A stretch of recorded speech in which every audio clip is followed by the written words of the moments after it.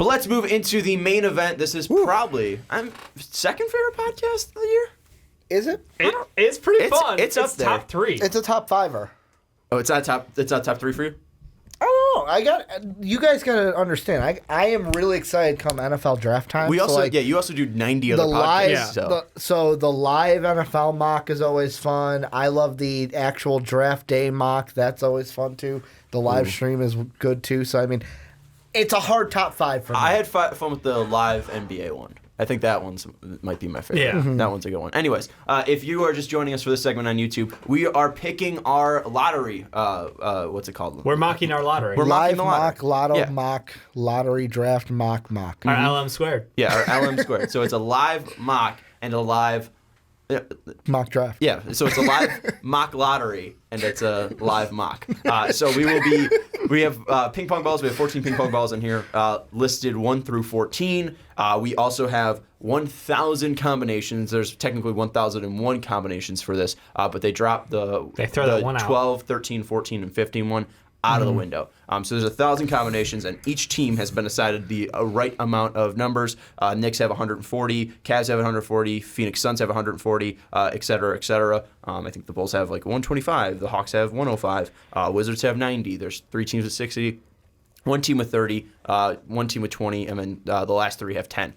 So we...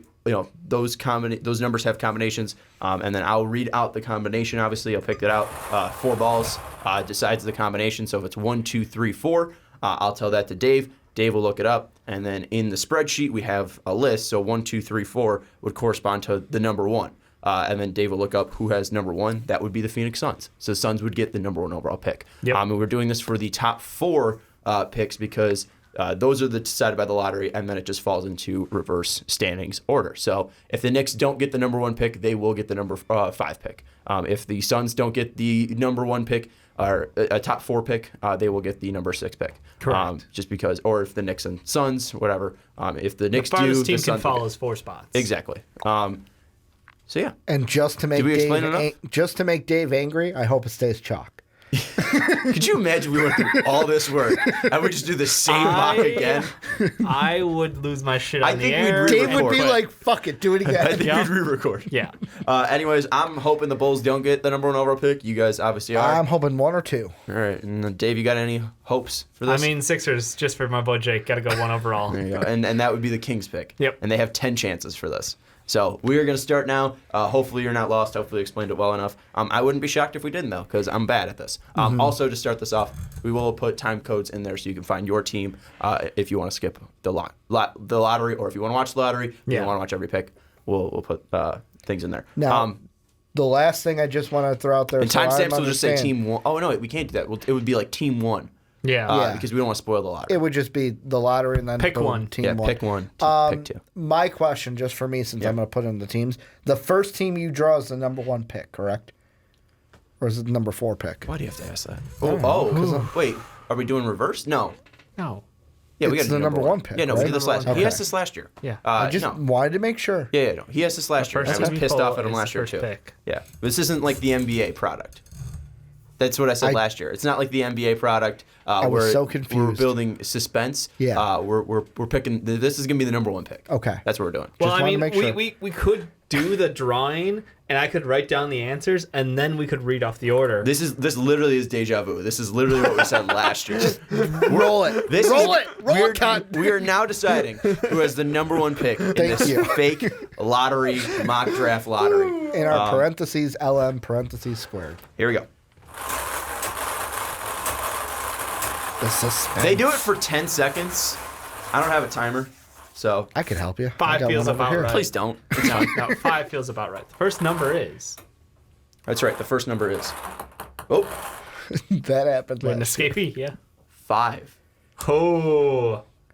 Big old number 5 to start it off. Now remember, boy, don't put 5. it in yet because. No, I put it in my notes. Okay. I'm keeping the order. Because you can't just look right there. It's around the corner.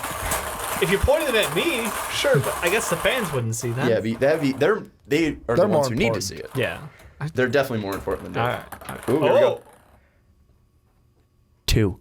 Oh, we got a Lobie. We got a 2 and a 5. All right, here we go. So automatically, the Suns do not have the number 1 overall pick. At least for that one combination. Sorry, Z. So we can already eliminate one combination for the Phoenix Suns. Yep. Because we know they have 1, 2, 3, 4. Oh boy. There we go. Oh, boy. Oh. Oh. We're staying single digits. 8. Like a keypad on a phone. 258 so far. It's almost There's no 0 though, Yeah. so it doesn't matter. Yep.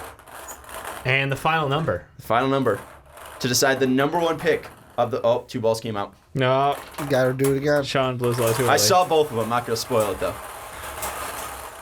That could change history right there. Yeah, you really could. Frozen envelope. Give me that number, Sean. Yeah, if it's the Bulls now, this is going to be so rigged. This is a completely different number than the 2 that fell out. 10. 2, 5, 8, 10 Is it? 2, 5, 8, 10. is 403. The team with the number 1 overall pick for the 2nd straight year in a row. Dallas Mavericks? No. Right? Where have you been? No. I was going All off, right, of, kick him off off. of our live mock Oh. from last year. It was Dallas. No, it's the Phoenix Suns. Oh, okay. Wow. This is the real NBA draft. The Okay. Phoenix Suns Wow. have the number 1 overall pick. If I'm- you want to I'm hear our shocked. full discussion, go listen to our Patreon segment yeah, last Patreon week. segment last week where we talk about who the Suns should do. But crazy, they did Ziani. have 140 chances. Ziani, you did not get Suns back-to-back years. This is... I'm impressed. I'm frankly impressed, They're Sean. totally getting the 5th Hey, pick I- in the real draft. They are getting so boned. I'm happy in as the a real Bulls. thing. I'm happy as a Bulls fan because we can still get Ja. That's true. Consolation prize time. They're getting so boned though. In the real thing, they just had such good luck there. Hey, but we will say, last year the Mavs did win the number 1 overall pick or in our our fake one, mock. and they did get the best player in the draft. Yeah, it's true. What if that becomes a thing? Like, what if Cam Reddish becomes the best player in the draft and they take him at like 5 or something? Yikes. No, they'll get RJ. Not at 5, they won't. First number is... Oh, Jesus, 2. Sean. Jesus. Well, I took a professional for once. it's a hard job. Clean it up. Oh, that's like way too much. I apologize to headphone listeners. Oop, ah, there it goes. Opa. First one's 5. 5 again. 5 again. We did do this last year. We did somehow get the same order of balls did. for one of them. I think it was the Mavericks. It was miraculous, yes. The second number. Oh, it's 6. I thought it was 10 coming out. We are in brand new territory here. We are in the clear. Yep.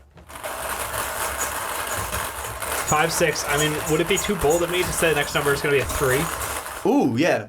You want to predict? 4. You have 12 numbers. 4? I think 3. 3? I think it could be a 3. I'm gonna go with double digits. You got to pick one of the double digits. I was wrong. 7. Oh, that was the second one I was thinking of. Lucky number 7. That was my backup number. What's your guys' favorite number? 7. No, 12. Then 7. I feel like 5. 5? Yeah. Mine's 13. Oh. Unlucky So you number you 13. you love the unlucky. Yeah, well, 13 was because A-Rod. And then my first original one was 21 because that's my birth date. Yeah. And then it was also Sammy Sosa's number. Yeah, that's fair. That's fair. Yeah, it was like 12 and 21. And then was Sammy my number Sosa in did sports. steroids, and I'm like, I like A-Rod now because he's clean. And the final number is Final number's 2. a 2. So we have 2, 5, 6, 7, 2, 5, 6, 7. and that is 2, 5, 6, 7. Row 3, 8, 7. 3, 8, 7. Please not the Suns. It is the Phoenix Suns. So we got to do it again. Do it again. Sick. This is great content.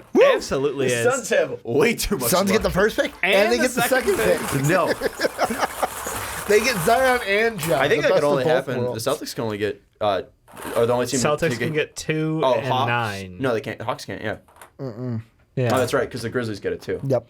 Yeah. So yeah, no team can get 2 top 4 picks. Not unless they trade up. First one's 1. All right, we've got a 1. Phoenix Suns still in it.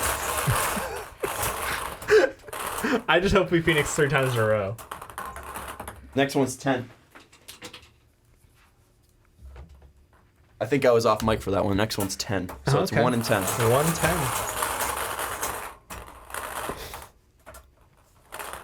Oh boy. Yeah, they're bouncing away. Next one's 8. We got an 8 in there. That's a spicy meatball. These ping pong balls are a little bit they're yellower. bouncy. Oh, they're little bit yellower than they were last okay. year. They were fresh out of the box last year. Now they're a little bit. These are the same ping pong balls. Yeah, they were standing in the sun in my house. They were on my couch for about like 2 months. And then I was like, I should put these away. 7. 1, 7, 8, 10 1, 7, 8, 10. is row number 2, 3, 7. No, it's not. I lied. Oh fuck, Dave. I lied. Well, it didn't light up for me like I was expected to. 1, 7, 7, 8, 10 is 2, 3, 2. 2, 3, 2. It's the Washington Wizards. Damn. The Washington Wizards have the second pick in the fake mock draft lottery mock draft. That's nuts. What? I mean, I can't wait to think we'll about get that. there. I can't We'll wait. get there. I can't Because, wait. I mean, you think immediately the second pick has consistently been John Morant. They're not going to pick him probably, right? Maybe we'll see. Maybe They have the only thing they have good about their team is guards and see. Thomas Bryant. And that's not overrate good here. Can they draft a coach? Can they draft? Yeah. Can they Coach K. Can they get Monty Williams? What did it take to get Doc out? Didn't they have to trade a second round pick for Doc? You're talking the Clippers of the season. Would you Yeah. do that? Would you trade the second overall pick to get Doc Rivers? No. No.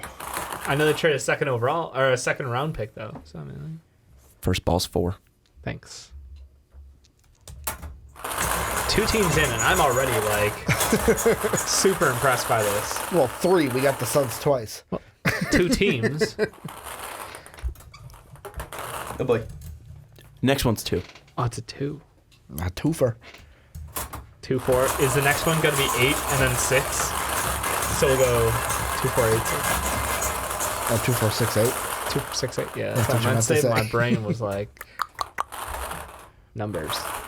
2, 4, 6, 8. Who do we appreciate? Sean, because he's rolling them balls. Yeah. Not well. Please be 8. Come on! Please be 8. Oh, here we go. That's 12. Oh, 12. 12 with the third number. It fucked up my jam. All right. Well, I mean, 12 is just a double of 6. Yeah, and you is can't get loud. 16. Jesus Christ, Sean. Please be. I apologize to podcast listeners around the world. You guys Why? are They really, clicked on this. They could have clicked off a long time ago. It was know annoying. exactly what you It got was on us. annoying well earlier. They love us. They might not. This might be their first one. They might get That- sucked. They still. is a I- great I entrance think one. they love us. 3 is the last number. Oh. 2, 3, 4, and 12. 2, 3, 3, 4, 12 is line 2, 9, 4. You sure about that one? 100%. The New York Knicks. Damn. But they don't get Ja or Zion. I know that's why just that guttural like that's unfortunate. So the Knicks are third. So right now we have the Suns, the Wizards, Yeah. and the New York Knicks as our Bull- 1, 2, 3. This is the final team we're Bulls picking. are going to be 6. This is going to suck, Dave. Nuh-uh. Well, I'm you good got to with it. hope for the Cavs. Yeah. You got to hope for the Cavs or the Bulls, No. because that way you're not going to fall to Mavs. 6. Give me the Mavs. The Mavs. I'm assuming it's going to be like the Grizzlies. Yes. Give me the Grizzlies, the Mavs, or even the Celtics. I don't even want them to, but let's just see it. One thing I should probably address on this is we should probably talk a little bit about the big board that came out, because that's something that is relevant. Came out this week on the Primetime podcast. Ricky and Dave did it. I was sick. Did it? I was unaware that there was a new big board. If you check out the Primetime podcast, the segment for 6 through 15, I think Well, just posted That's also today. another thing is I was kind of thinking is there might be some people that might not know the change that also went on with the Primetime podcast to where it's not Brandon and I anymore. It's us 3. Yeah. It was Dave and I because Sean was sick on Monday. Nah. Is that when we recorded it? Yeah. All this NFL draft stuff, it's like messed with our throwing me off, scheduling yeah. The first to where it's like there have been some videos that have blanked. 2 balls came out of that last one, so we got it. Is that first one a 10? Yes. Great. It's a 10. I leaned over to see it. I was pretty sure. But yeah, no. We did change up the PTP. Next one's a 12. Oh man, we're going real high digits with this one. Yeah, but if you want to check out our big board, see where we're coming from, that might help a little bit. But you guys had some problems with my big board. Well, I There's had just some problems with. I questions. mean, the big one was Darius Garland in the top 5, but I mean, Again, teach their own. The big thing is like it's a big board. So these are the Yeah. guys that I think are most talented in the order I think they are most talented at. Yeah. True. But obviously you have to take in outside factors. Like I had Bobo at 6, but obviously I've made my feelings known about a team taking Bobo. Have like, you? I feel like now's a great time for you to bring up your. I think Not he's when we get to extremely Bobo. talented, but like a team that needs it's a 1. It's 10, 12, and 1. This is the final ball. But if a team's picking Bobo to change their franchise, like I'm iffy on that because of the injury. Well, I always do a big board as in, okay, I am drafting teamless. Who would I take? 1, 2, like 1, and Mine's- then okay, yeah. the next person, the next Mine person. was all the way teamless, through. but I'm like, all right, these are the guys I think are most talented. But like, if Bobo falls to like 10, I'd probably take him because wow, he's 6th, he's that talented, and Yeah. we can afford taking He's that risk. so tall. All right, let's do the final one. So right now we have 1, 10, and 12. I'm ready. 7. No way. It's not a 7. I'm not feeling 7. Oh no. 2 came out. Sean clutched it. It's gonna be a 7. Was one of those numbers a 7? One of them was a 4. Oh shit. It's gonna be a Spoilers. 7. I didn't see what the other one was. Okay. It's okay. Oh. Oh. Oh. Oh. Oh. They do not want to come out. Oh, here it comes. Here it They comes. want to here keep comes. it going. Sean, oh. 2 came out. Can I be part of this last wanna do one? it? If you don't mind. Like you're not already a part of it. Dave's gonna do the last one. Dave, can I be a part of this? Alright, Dave so wants I to just- see how hard it just- is. I'll show you how hard it is. I rattle. Yeah, you just spin it. It's not that hard. That part. This is pretty good. I feel like I got this down, guys. I feel like I'm pretty good at this. All right, but then you got to open up the clasp, at the top, and then you gotta try to make sure that they don't come out 2 at a time. You can't touch your hands because that's influencing it. You can't touch it with your hands I'm not now. I don't know why I can't touch with my hands. Means I 'Cause can't that's- look at it. because that's influencing it. No, you can't touch it I'm with your not. hands. I'm not. Oh, see, it's tough. Oh! Oh, 2 No! came out. Can I try it? It is the first one. I know what the first one was, so I'm putting them both back. I'm not saying it. Hang on. No, if 2 come out, you gotta put them back no matter what. This is great content. It really is. Whoa!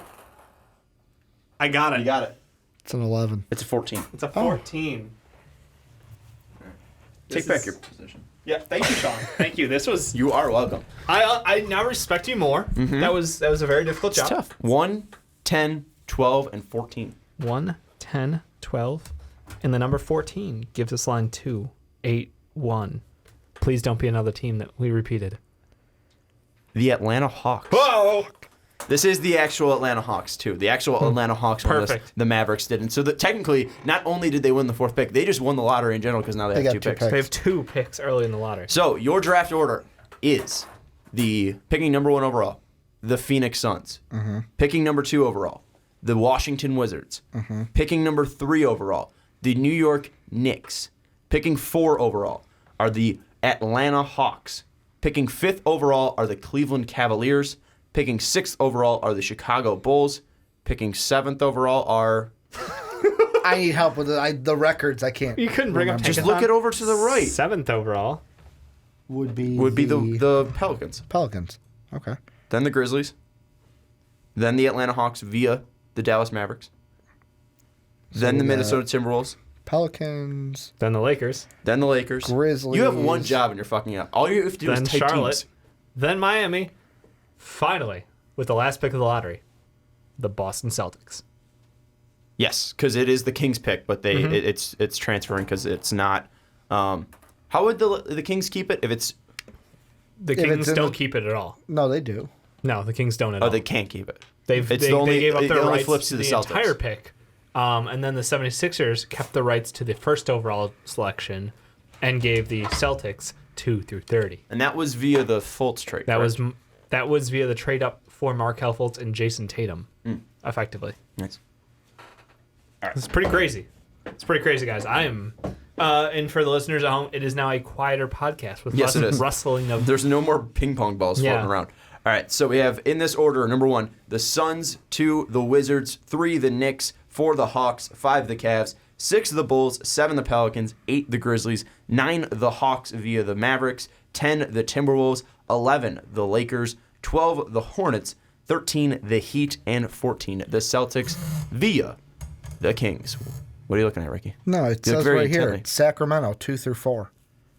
So Sac gets it if it was 2 through 4. Do they? Okay, well, it Sac doesn't gets matter. 2 through They're 4. 14. And 14 to Boston. Oh, no, I'm sorry. So 2 through 4 and 14 are Boston. Number 1 is Philly. That's what it says on So what happens Real if it's GM. 5 through 14? Then I'm assuming it goes to Then no to one Kings. gets it. Then No, it just it goes to doesn't. the league. The league starts a team. Anyways, what is it, Dave? It literally doesn't. So it's just the Celtics? It's the Celtics unless it's 1. Okay. All right. So great. It doesn't matter. It's 14, so it's the Celtics. Yeah. We're good. Let's move on to the actual podcast. Picking number 1 overall is the Phoenix Suns. Ricky Widmer, are you going to shock the world with your number 1 overall pick? Who are you taking for the No, Phoenix it's Suns? Zion Williamson. Okay. You take the best player available. So is Like, you take Zion and you're happy to get Zion. All right. Dave, with the number 1 overall pick, the anticipation's huge. The Phoenix Suns should take select. a point guard here. And I like a point guard, but it's Zion Williamson, and they're just going to take somebody in free agency. Probably an overpay for, like, Terry Rozier or some shit. But What's an overpay in your mind for Terry Rozier?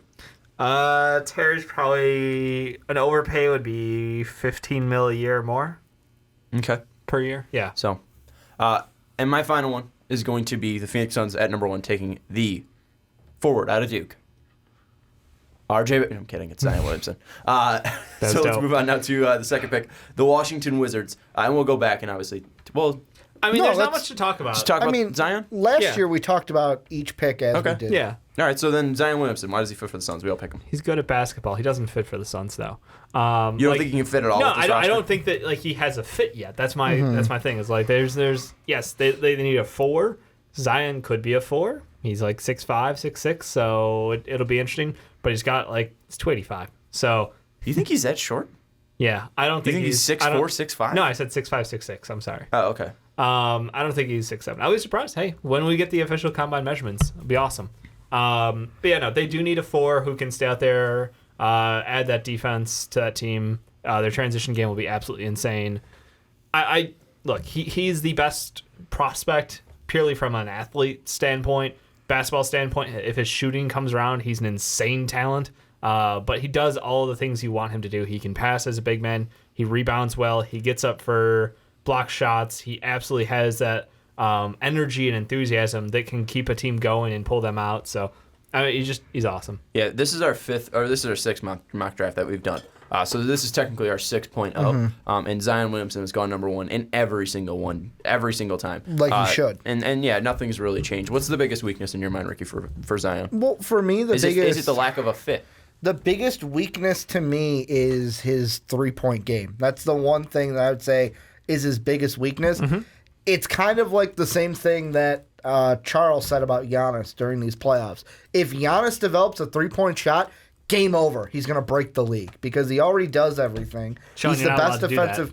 best defensive player. He's already can do everything offensively for a team except shoot the 3. Zion to me can maybe be that same player. He has the defense. He's got the transition, the offense. If he develops a 3-ball, game over. It's the world is his, and we're just living in it. Well, here's the thing that I'm bringing up because Dave, obviously, people don't know what I'm talking about. No, I started filling I out called the him on it, spreadsheet 'cause I did thought it was- last year. You did, but you did it while we were announcing the order. Oh no, I did it while we were talking last Yeah. year, and Dave yelled at me for it. And I I'm stopped. gonna keep even here, and I'm gonna yell at you too. Really? Yeah. I thought he was doing it once we had the Suns down as the number 1 pick, he started filling out. No, because we started talking about the actual DeAndre mock. Ayton to the Suns, Yeah, it and I was literally started the same typing mine, exact thing. and Dave yelled at me for All right, it. my bad. I'll I'm delete slapping those. the fingers. All right, anyways, I think Zion, the biggest problem for him is probably just going to be lack of a fit. Because you look at their current makeup, obviously Devin Booker's going to be huge and he's going to be a starter. DeAndre Ayton's going to be huge for them. He's going to be a starter as well. Then you just have to look at those other pieces. You just signed TJ Warren to a contract extension fairly recently. You have Josh Jackson, who was a 4th overall pick for you as well. Mikal Bridges was an acquisition last year in the draft as well. You got him in a trade. I forget where they ended up picking him. Was it 10? Or they picked him at 14? It was the No, they Sixers pick. Yeah, the Sixers picked him at 10. Yep. And then They traded they picked Zaire Zaire Smith. at 14, I think it was, or 15. Or 16. It was 16. It's 16, It was 16 because we had Okubo going there for most of the time. So then they traded the 10 16. So they took him at 10 technically. Really good shooter. Really good defender. But the thing is that one of those guys is going to probably have to come out of the lineup at that point. I mean, but that's fine. That that's also moves Bender out as well. So it's just something where like Bender's option did not get taken. So it's the question of what are they going to toss him? That's right. Yeah. So you look at it, it's going to be Kelly Oubre again up for too. grabs as an RFA. Yeah. So I mean, there's a lot of players that aren't great, but they are role players that have proven themselves at sometimes. Maybe Bender the least of them. Thanks, Ricky. If you hated that noise, and it's spiked too. If you hated that noise, blame them. I told them before the podcast they should not do that. I tried to do it away from the mic. You didn't. It was massively loud. But looking at this, I think there's no way you can pass him. Yeah, no, talent, he's just he is uber potential. You can't pass him up. Even if you're wrong about this, no one will argue with you. It's just to the point where it's like 10 years back, it's like, man, I can't believe they took. No one will think I can't believe they took Zion 1 over a guy like RJ Barrett. Yeah. Like, no shit, they took Zion 1. Like, it's unfortunate it didn't work out for him, but he was by far the best player in college basketball this year. What type of? This is the last question before we move on to the Wizards. What trade would have to be out there to move Zion Williamson? Like, is there a certain player that would need to be available for them to go acquire for them to give up Zion? Because obviously I think it'd have to be a point guard, right? Yeah. So if like Most likely. so like is it only like the Steph Curry, Dame Lillard, You think Dame's worth Zion? I don't know. I'm just naming the best point guards in the league at this Yeah, point. but like is Russell Westbrook is my answer. Is Steph like that? Is Steph like that guy that is like for sure like you trade Zion for Steph? You can't trade. You can't trade Steph away. Is the problem? Like none of those guys are tradable. Well, that's what I'm saying. Like that's the only trade that like if the Warriors were just weirdly enough, it was like, hey, we'll give you Steph for Zion. Like you'd probably do that, right? There's no really questioning it. If the Warriors told me Steph for Zion, I would probably think about that pretty hard. You'd have to do I wouldn't take it. Really? Zion's younger. Zion's younger. He's not getting paid millions Zion's of dollars. younger. It's also His the point. ankles It's are less fragile. It's a position you need, And he's healthy. and he's That's probably the the fifth best player in But the I league. could Fourth, probably third. take Zion at 1 and Two-time give former up MVP? less to get Lonzo Ball, and then boom, I got my point guard. But what? Like, doesn't wanna go there. I'm not saying Steph isn't the best point guard in the game. I'm saying that So you're saying the potential. you turned down the opportunity to get Steph Curry Yes. for Lonzo Ball? Yes. Remember what I said about God Zion? Do I have to remind people that he's going to be the best player in the game? Like, that is what I think Zion is going to be. So I'm not passing that up, and I'll give up less to get Lonzo Ball. Could they pull the trigger on an Anthony Davis trade? We were all saying it for They the could. Knicks. If the Knicks got one, we Yeah. were like, is the trade in the works at that point? I wouldn't like it because The the Suns? only player I would give him up for would be a guard. Yeah, I don't. And- I don't think I would if I was the Suns. My It just thing is doesn't like, match if you're timeline. saying you turned down a Warriors deal for Steph because of the injuries, I understand that. But saying you turn him down for Lonzo, that was like, ugh, that's a little rough for me. I mean, because then you have I'm two really- players. He you wasn't have- even the you have best point three guard in players. his class. I'm turning Steph down for Zion, and then I can go and get Lonzo if I really want to get a point But here's guard. the thing too: is like that if you keep Zion and you have Lonzo and then you have DeAndre Ayton, those are three players in your starting lineup that cannot shoot threes. I mean, technically Lonzo hits threes. Lonzo They're can just shoot ugly as threes. hell. He wasn't massively. No. Last year was better than his rookie year. Yeah. But he wasn't like massively efficient. I understand. I understand your point, and I agree with where you're going with it. I just, in the world of hypotheticals, I don't think we're ever going to get there. And I mean, last year he shot 32%, which was up He's getting- 2.4% from last year, which is an improvement. It got better. But he also took less threes, so I mean his shot selection also got better. Oh, yeah, LeBron James was also on that team. And also like you look at it, and Yeah. his shot form isn't getting any I better. think I think it's pretty much Zion's an untradeable piece. If the Suns get one, Right. I think they keep him. They enjoy him. It's awesome. Here's where it gets interesting. The Washington Wizards at 2, because we've talked about the Suns before getting number 1. It's not crazy. They have 140 combinations. They were one of the teams with They have equal odds yeah, to the Knicks a and the Cavs. A 14% to get the number 1 pick. The Wizards coming in with the 7th odds, 6th odds to get in the top 4 or something like that. Wizards here at 2. Ricky, we're going to go to you first. Who are the Washington Wizards selecting at 2 overall to put next to an injured John Wall and the great Bradley Beal? Can I trade the pick? That would be my first thought. It really can would I be. trade the pick? But if I What know, would you be trading it for?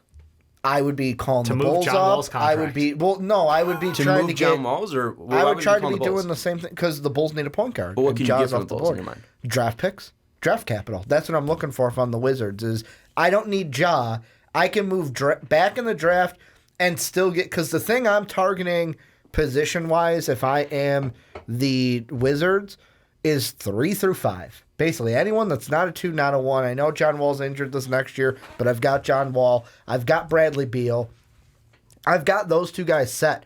I need someone like, I would love, and I know that we've gotten hate for this, I would love DeAndre Hunter on this team at the 3. Like, being that defensive player that can shoot threes next to Bradley Beal and John Wall. I would look to trade first for moving later in the top 10, still getting extra picks, kind of like what the Hawks did with Trae Young and Luka. But if I'm making the pick, it's RJ Barrett.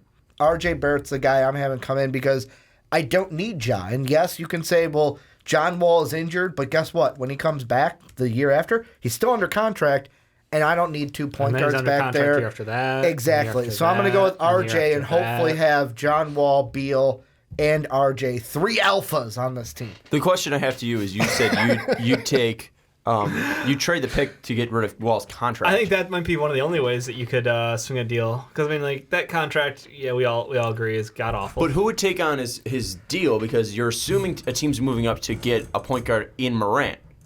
So if you're giving them John Wall, what would That's they a good be point. benefiting? That's a good point. So 3-way trade, 3rd team, wild card. I don't know, man. I'm just saying. Well, I'm just saying, it takes like, I a don't lot think to it's move gonna a happen. contract Yeah. like that. I don't I think can't you move imagine it. the number 2 overall pick being like nobody else could go to that. If right now you took Ja for the Wizards, would it just be able for you to move on from John Wall for less? So you're not looking for something that in major in return. You're just looking for cap relief. Which trading John Wall for cap relief would be definitely interesting. You probably shouldn't do it. But at this point in time, it would not be a good idea. I agree. I'm taking RJ Barrett here. It's just it's the easy answer. He's a decent shooter. He has a ton of potential still. He can pass the ball sometimes. Like he has an all-around game. It's just a matter of, I don't love him as much as a lot of people out there do. But he's a wing. He's exactly what you need. And it's a perfect fit for the Wizards team right now at the number 2 pick. Yeah, that's the thing is in the starting lineup, if they do draft RJ Barrett, and I do have him taking RJ Barrett here, so all 3 of us again are taking RJ Barrett to the Washington Wizards here at 2. I wouldn't trade this pick. I think he'd be really interesting to keep on this team. And the one thing that I would really like about this is Thomas Bryant's a really decent passer, and I think I would go when John Wall's healthy. John Wall, Beal, RJ. If you keep Trevor Ariza, he was on a 1-year deal. I don't know if he's going to re-sign. Yeah. Trevor Ariza and then Thomas Bryant, because all those guys are willing passers. All those guys are decent passers, at least for the positions. And then you just have guys that can just, 1 through 4 can shoot threes. Ariza, Barrett, Beal, and Wall. Wall's not a great shooter, but he's been efficient at times in his career. Yeah, it's not consistent. And then, Bryant's not a deadly three-point shooter, but he shot 33% on 99 attempts, which, isn't crazy, but it's not bad for a guy who, he's worked his way up to Brook Lopez territory. He's 6'11", so, that's fairly impressive for a guy who came in and shot, 10% from 3. Yep. So he worked his way up. So I look at that, and I think that it can be a really interesting offense if you fire Scott Brooks. And I like the qualifier. Well, you just don't like Scott Brooks. I think a lot of people don't like Scott Brooks. Who likes Scott Brooks? I'm just saying, Scott like, Brooks' this family? is Maybe. This is not just something like a Sean Patrick has Reed not liked situation? Scott Brooks in Washington. You also didn't like him in OKC either. Yeah. No, because he's a shit coach. If you change the location of shit, it's still shit. I think that RJ could walk in and this next year probably put up like 16 points a game, though. Like, this is probably his best landing spot, the way this kind of came out, don't you think? Like, he gets to walk in. John Wall is out, so Bradley Beal's their primary ball handler. You probably have Sato at the 1, assuming they re-sign him. And Barrett would definitely be their secondary scorer. Like, yes, Trevor Ariza will have games, but I think RJ instantly will be successful at the NBA. Do you think it's 16 because Beal holds him back from scoring more, or do you think I that's think just where 16 is probably the number 2 on the team. I think they're going to be they're a team of a bunch of B and C kind of role players. So like you're going to have Bradley Beal at like 25 again, 26 range, something crazy, and then RJ at 16ish.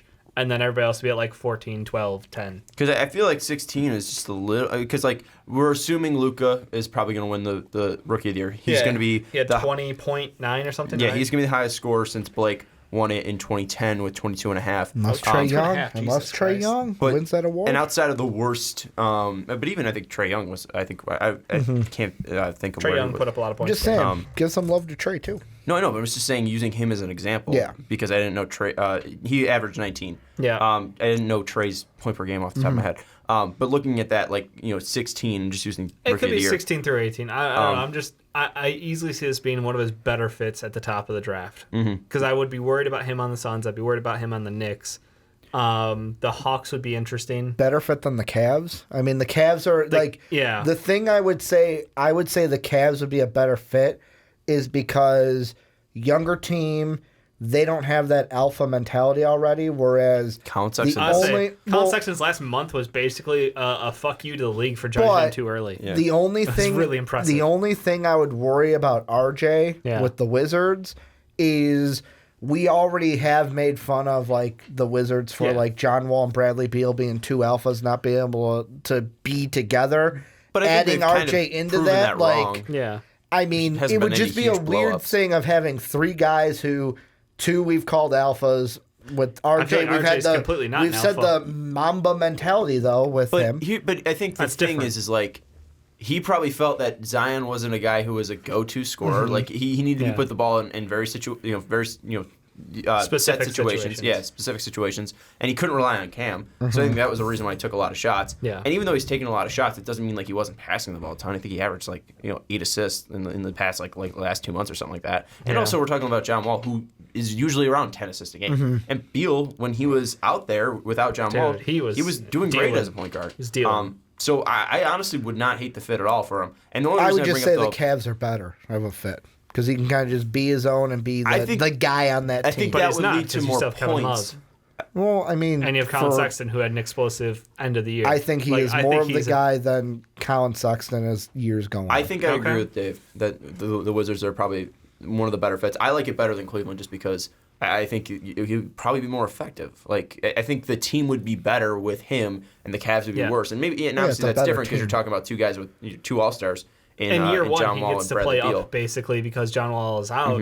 So then, if John Wall doesn't come back next year at all, that's a great growth year for RJ Barrett. And then when John Wall is back, they'll load it up with three great guys who can score any given time, anywhere on the court. And I feel like that's kind of a piece that they're missing. I think they're missing more of a defensive guy to play at the If only three. they had this two-way wing, who is a good shooter and a good defender. Thank you. He might look like some other famous person. He might be Otto Porter. I don't Thank know. you. Oh, well, he wasn't take working him. there. And obviously that was clear. So, I don't know. And they extended him too. I don't hate the move. I know.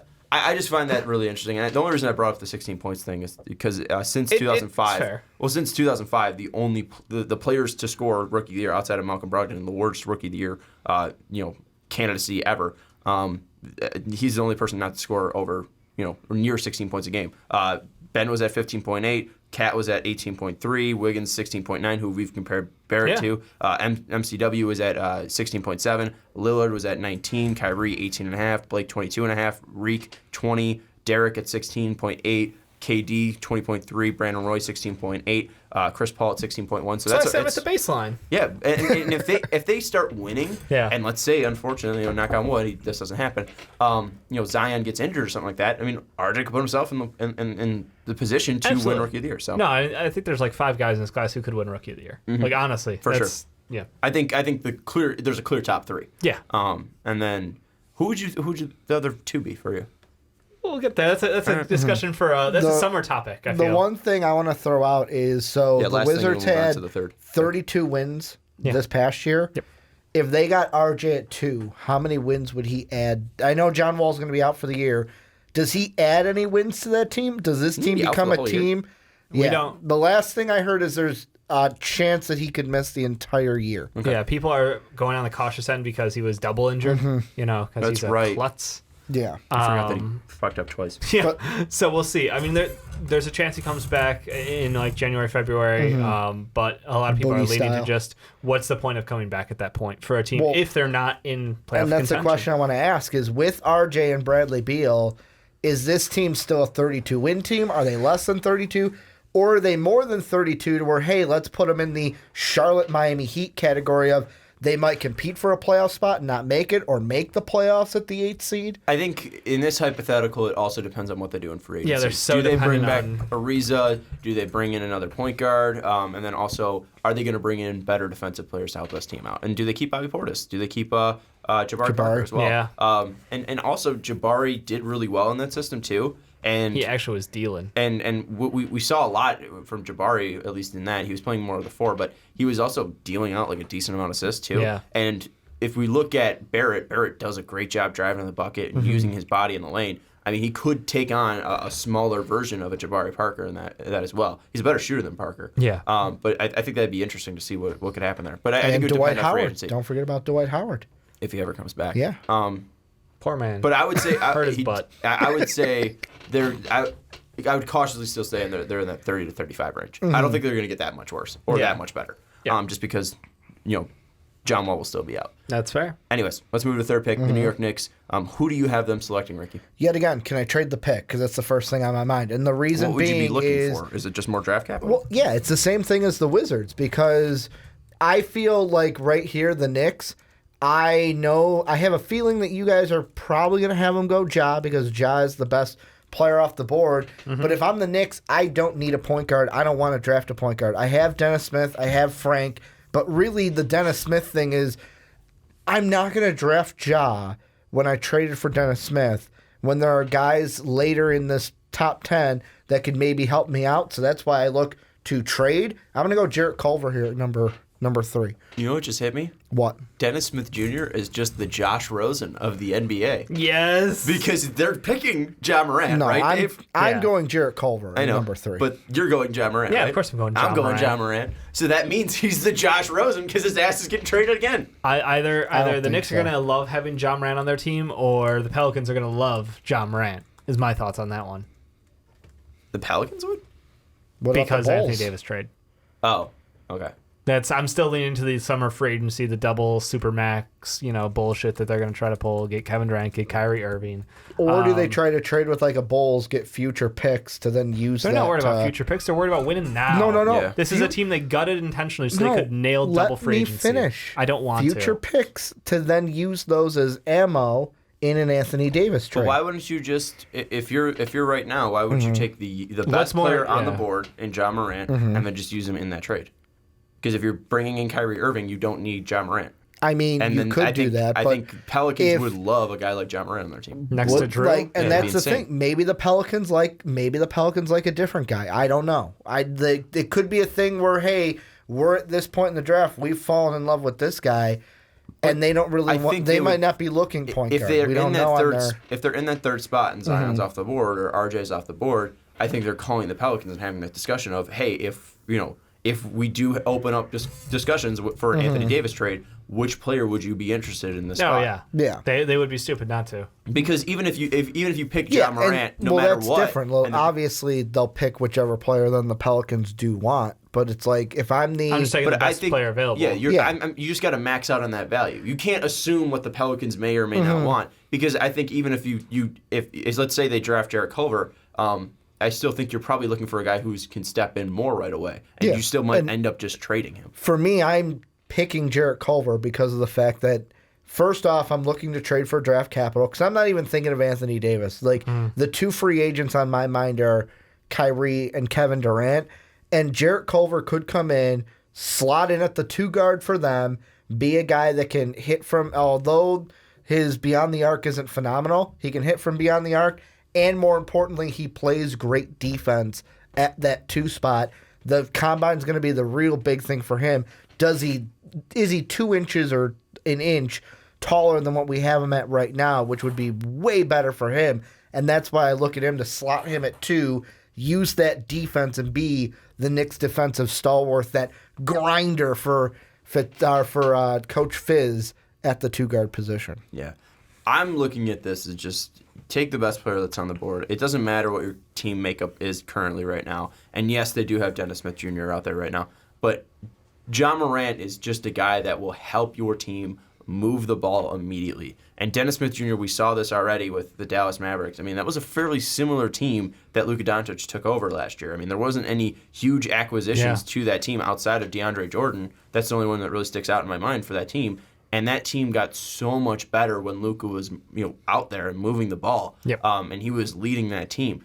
I don't think Dennis Smith Jr. is a bad player. I just think that his cap might just be a bench scorer, maybe like a Lou Williams at his massive peak. But I think he's a guy that's going to be coming off the bench. Like, I'm not saying I'm giving up on him because I also have hope for Frank Ntilikina. Yeah. And clearly Dennis Smith Jr. showed much more than Frank in the league so far. But Ja Morant is a guy that you cannot pass up. And I think that even if you have these sights on free agency, you need to pick on acting like those guys aren't coming. Because you're the Knicks. And I'm in the assumption that they're not coming. I know that some people differ, and obviously Knicks fans differ as well. I don't think KD's coming. I don't think Kyrie's coming, or at least both of them aren't coming. And even so, I still want to take the best player available, and that is Ja Morant. And isn't that a good problem to have? You know, if you do sign Kyrie and KD, you're like, oh no, we've got Ja Morant. Mm-hmm. I bet you somebody would be, willing to take that off your hands, or he'd be great as a 6-man role. I mean, there's no problem. And plus, you're the Knicks, so let's be honest, they're gonna run 3-point guards, 4-point guard sets because.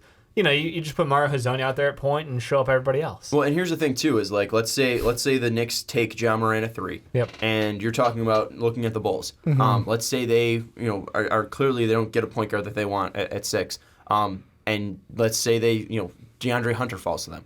Would you do a deal if you're the Chicago Bulls? And it's just completely hearsay. I don't know if this is the correct value or whatever. But you're looking to pay Anthony Davis $21 million. Otto Porter's worth 24. I mean, would you do Otto Porter and DeAndre Hunter for Ja Morant and maybe obviously throw in picks to balance that out? But that way you get 2 defensive players in DeAndre Hunter and Otto Porter, and the Bulls get their point guard. No, I wouldn't. And the reason why is if it works out as we're at right now, at 6, I'd just be happier. If you're asking me, I have to give up DeAndre Hunter, I have to give up our pick and Otto Porter for Ja Morant, I would say thanks, but no thanks. I'm going to keep Otto. I'll draft either Garland or White. Okay, because to me, the Otto Porter, I liked what he did this last year, and I'm not going to give him up just for a Ja Morant. That's just me, though. And I think that the asking price will be a little bit. There could be a future pick thrown into that. It would have to be. Yeah, and I would say no way to that. Yeah, I said that to balance out. That probably has It'd to be a future pick with protections. Yeah, which I would just say so keep Otto. Keep Otto. But you'd be fine with giving up the 6 and then a future? Yeah. So Otto Porter pushes it over too much. That's for me. I mean, probably. I'm probably in the same boat. I want to lean Ja Morant, though, just because I know point guard can kind of change the entire game for the Bulls. But I would say if I can do a pick swap and give them a protected next year, done deal.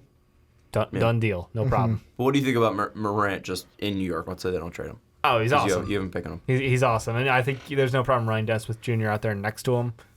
If they have to do it, they have to do it. And I've said it this whole end of the year is Fizdale's a shitty coach with no offensive scheme. So, why not? Unless they pull Kevin Durant and Kyrie Irving or one or the other, and suddenly they have playoff prospects.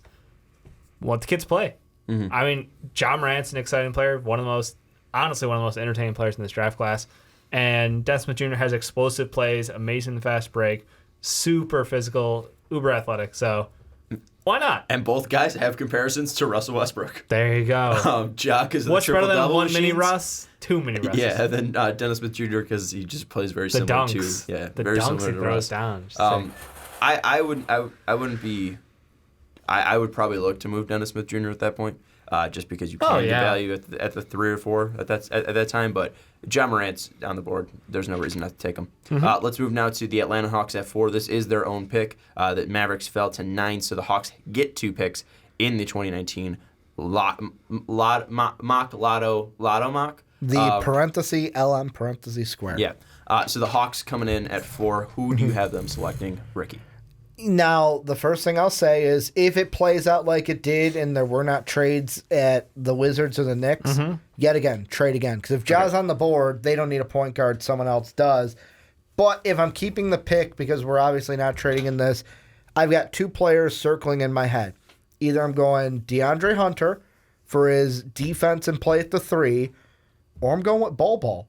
and I'm going to go with Bol Bol. And the reason why I'm going Bol Bol is out of the two, I really want Bol Bol. Will he be there by my next pick? No. So I'm going to go Bol Bol here and then hope that maybe I can get a player that I like at the 3 position or maybe a backcourt player with that second pick.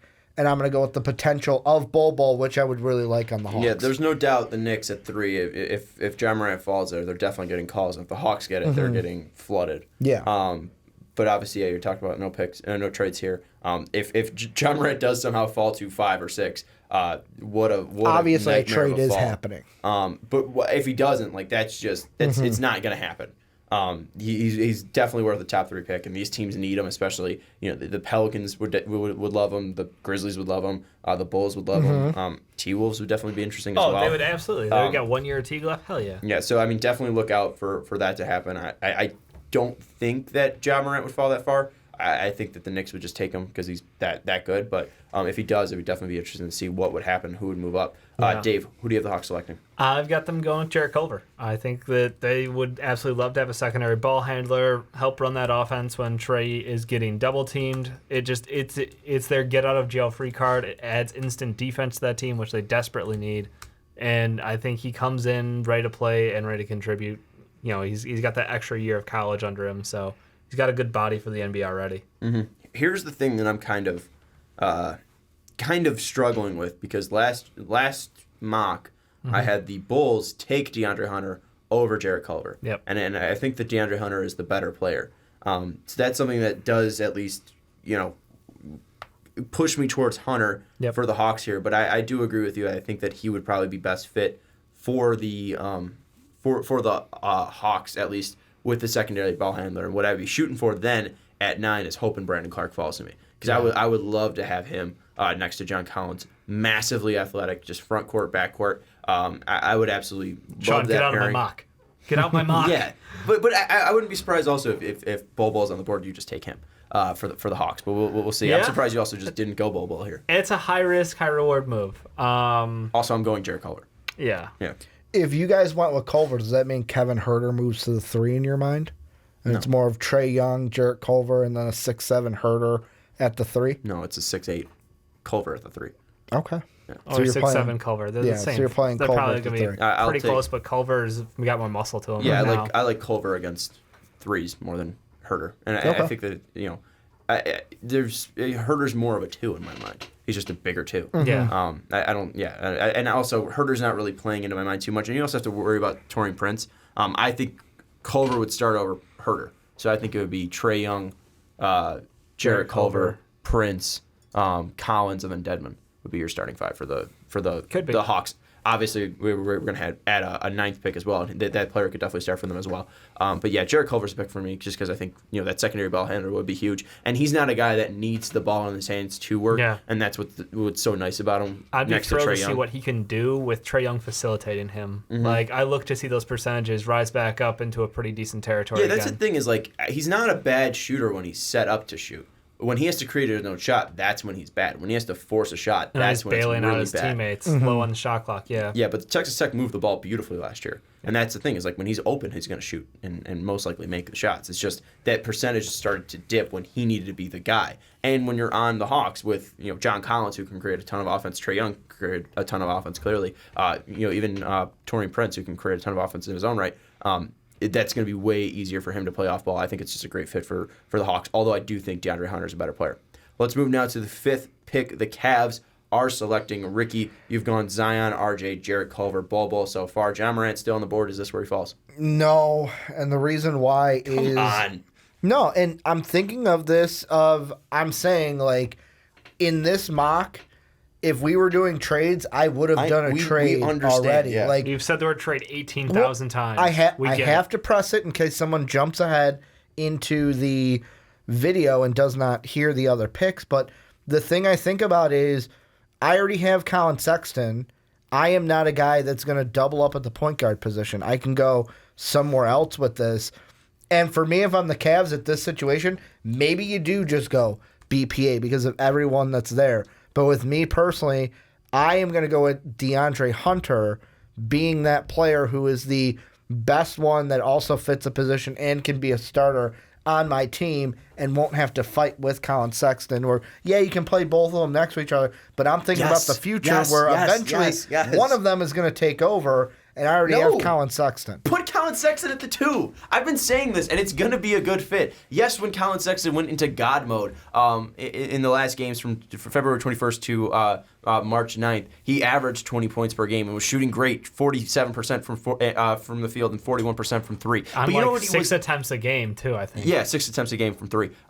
You know what he was not doing or doing that with? A facilitator. And if he has a facilitator, those numbers are going to rise. And he is such a good scorer in one-on-one isolation ball. And that's what he was doing a lot of the times in those last games. And one thing that he doesn't do well is pass the damn ball. So if you get Colin Sexton, who's open, from John Morant, who can pass the ball beautifully, that's going to be absolutely huge and a help to Colin Sexton. And you look at Kevin Love. If Kevin Love is getting shots or passes from John Morant, it's almost like 2015 all over again. Kevin Love shooting threes wide open.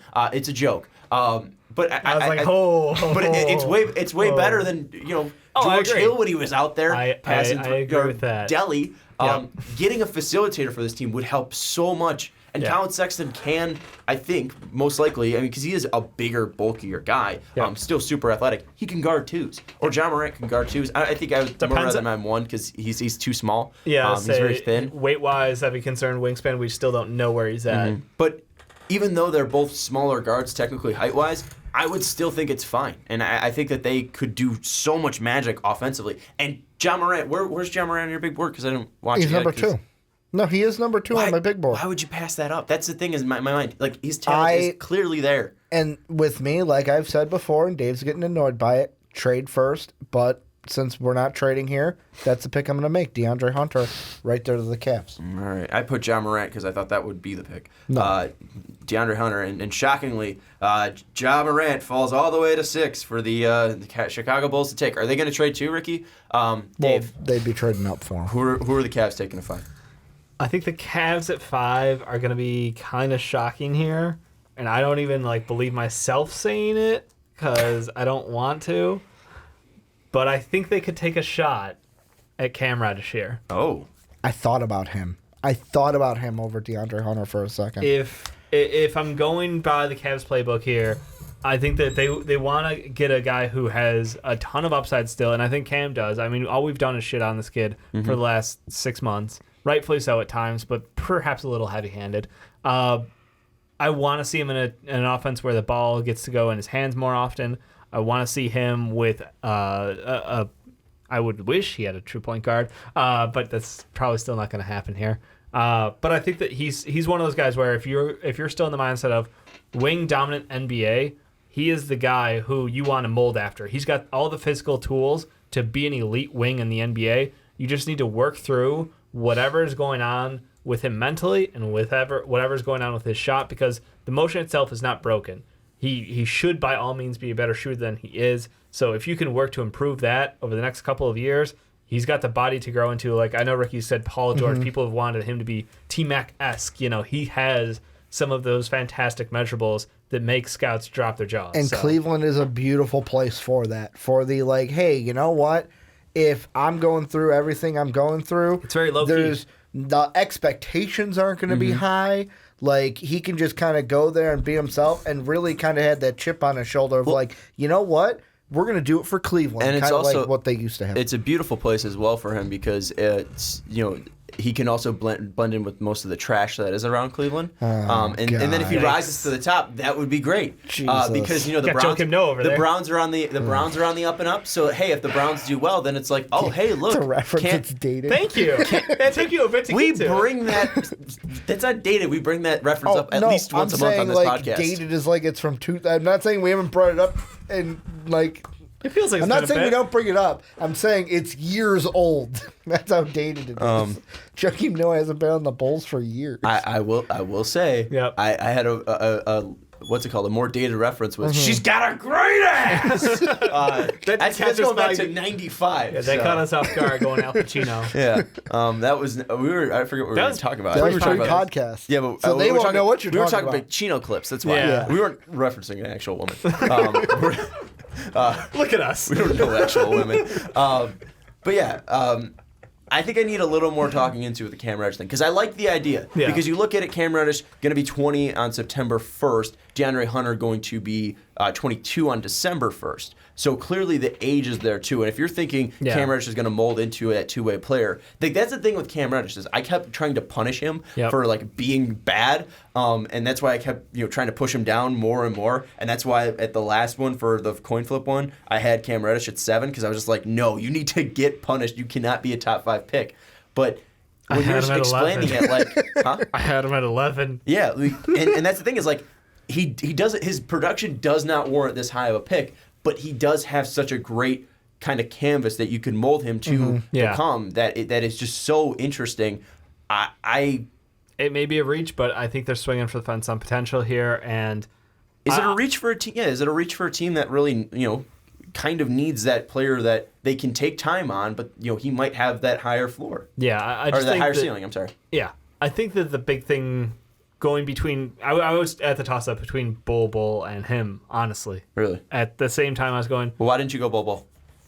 Because they've already dealt with Kevin Love and all of his freaking injuries, and I'm like, that's the last thing they want as a team is to go out and draft a guy who is coming off of an injury, who potentially has injury, a high likelihood of injuries in his future. Mm-hmm. So he's a unique position where I think we've said it. He's a guy who if he's healthy, you can build a team around his style of play.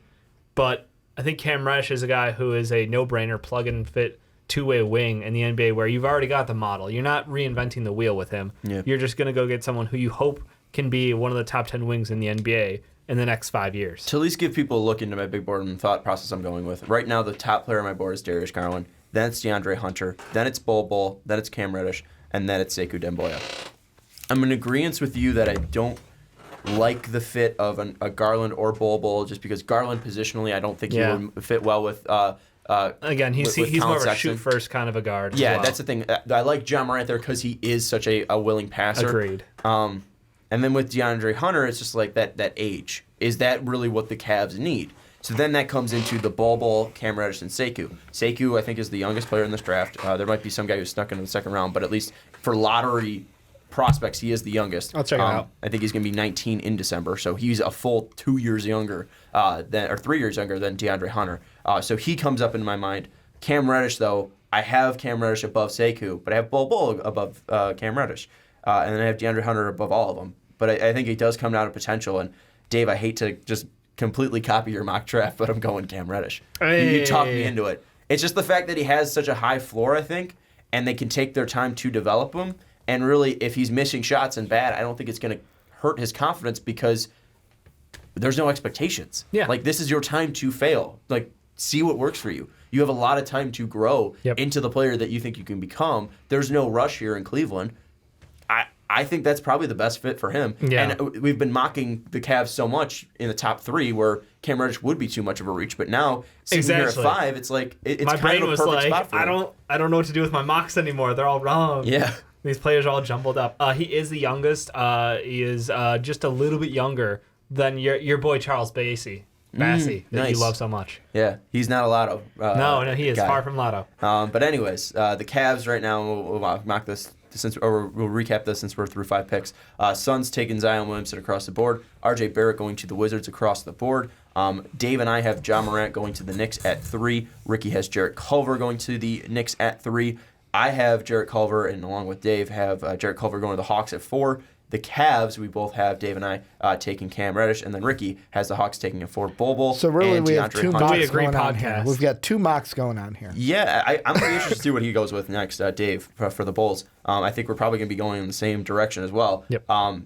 And Ricky, you keep saying since the Wizards pick. Ricky's pick has been trade number 2 through 5. It's been trade, or I'm going to try to find a way for John Morant to go to the Bulls. So, Ricky, what do you have the Bulls going at 6 here? Is it Kobe White? No, I'm going to have Darius Garland? I'm going to have him go with Tyler Hero. No, it's John Morant. No, you said John Tyler Morant. Hero. No, John Lock Morant is the freaking pick. If that's the case, you said RJ, number 1 to the Suns. It's fine. But no, it's John Morant. And this one is one where even if Ja is not available, like in both of your mock drafts, he actually won't be in real life.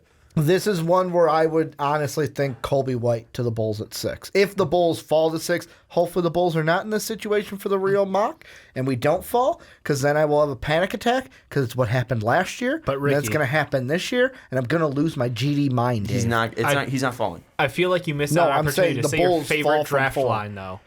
What? What is your favorite draft line I'm when a pick comes in? running this pickup. Oh, yeah. I'm sprinting this Well, pickup. this one, I'm running like Naruto. I'm in Let's hyper. pick up to the fucking draft board.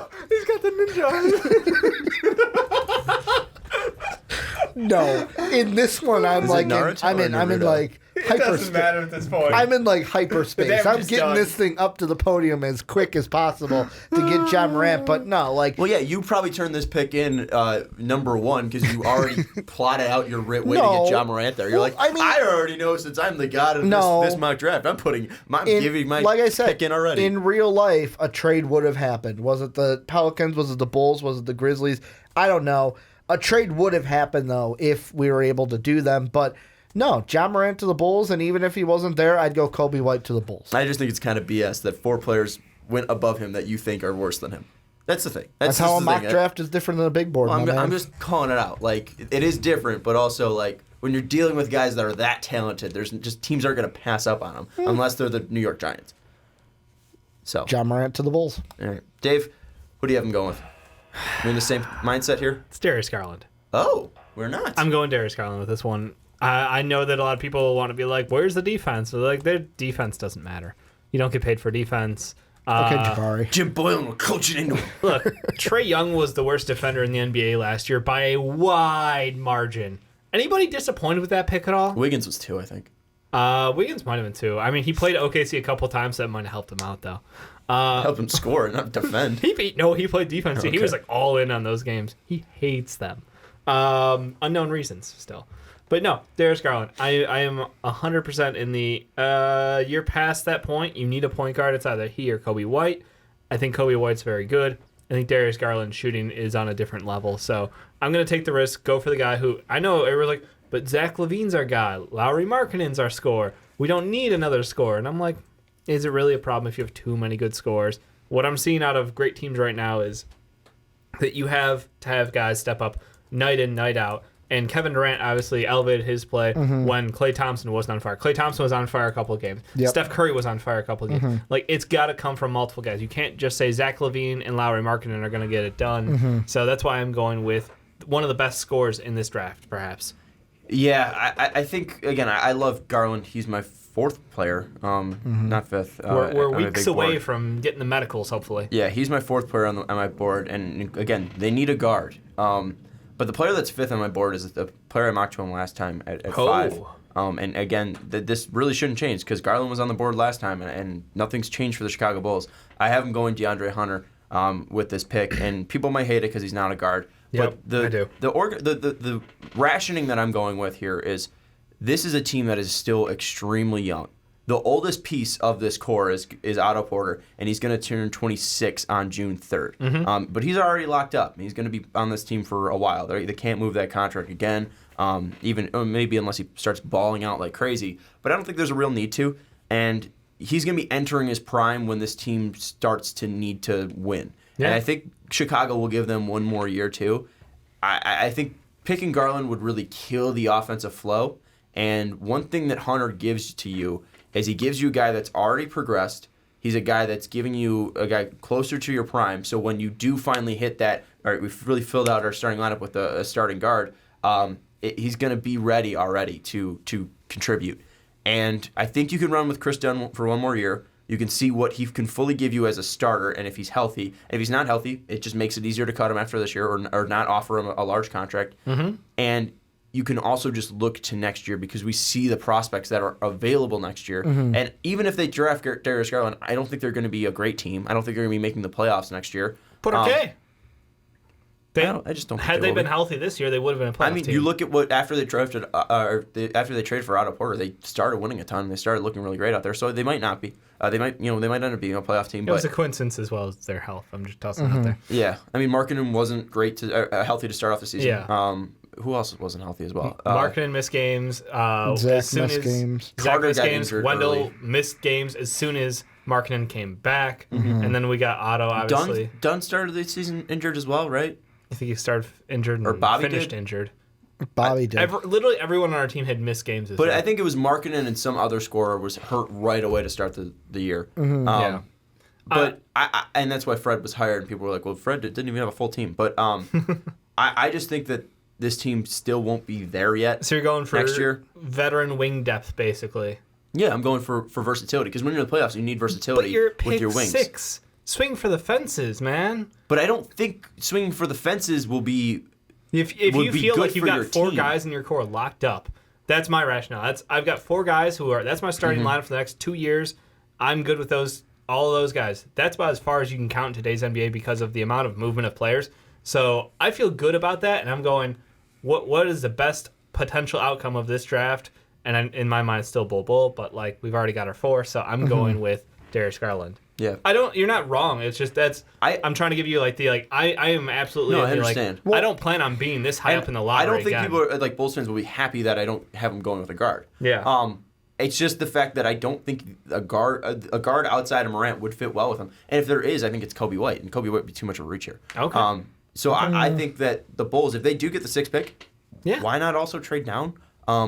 I think that could happen as well. I mean, That's fair. If the Pelicans were lower than 7, which I don't think will actually ever happen, they might, because if the Wizards don't jump up, and if it's the Cavs, Suns, and Wizards, something like that, maybe you are able to move that for like a Drew Holiday, which would be interesting on the Bulls. Yeah. But that'd be nice. I don't see the point guard that's out there that I would love for them to take. And I don't think one of those guards moves the ball enough. And I don't think Garland moves the ball well enough in that system. He's a great player. He's a great talent. I don't think it would be great for the offense exactly. And that's going to be taking shots away from Markkanen. Yep. It's going to be taking shots away from Levine. It's going to be taking shots from Otto Porter. It's going to be giving more shots to Garland, or it's going to be taking shots away from Garland. I think Garland needs the ball to be effective. I don't think he can be a guy that can lead an offense, move the ball around, be a facilitator. I don't think he can be that type of guy. And defensively, horrible. So I'll go DeAndre Hunter. Let's move now to the Pelicans at 7. Ricky, who do you have taking? I'm going to go Brandon Clark. And this is one that he's the number 1 person that is left remaining on my big board at this point. And I've talked about the Pelicans in recent mocks that we've done of Anthony Davis is on the trade block. He ain't going to be back. And the only player that they have under contract as of right now in their front court is Julio Okafor. Like, Julius Randle could be back, but he could also get a contract from another team and be... Yeah, because he's declining his player option. He's making... Yes. If he accepts this, he's making $8 million. Yeah. There's no way he's No, going to but take I'm saying, that like, after they his could third year. re-sign him and give Oh, yeah, him for money. sure. But, like, I'm assuming that another team gives him money. Yeah. For people, just Yeah. why Julius Randle went up. And because of that, like, I just look and he's, the best player remaining on my big board, and he's someone that they can add to that front court, and his defense is really good, and I just say, hey, you know what? We need front court depth. I'm going to go ahead and take the best guy remaining on my board to fit there to New Orleans. Dave, who do you have him taking at 7? I'm going with DeAndre Hunter at 7. I think he's a plug and play wing. Like I'm at that point where I'm bored with him almost. I'm not going to throw up like the commentator for the Wizards was, but that's his game. I'm just a little concerned about, how much offense can he provide at the NBA level, because he will have a much, much smaller role in my mind.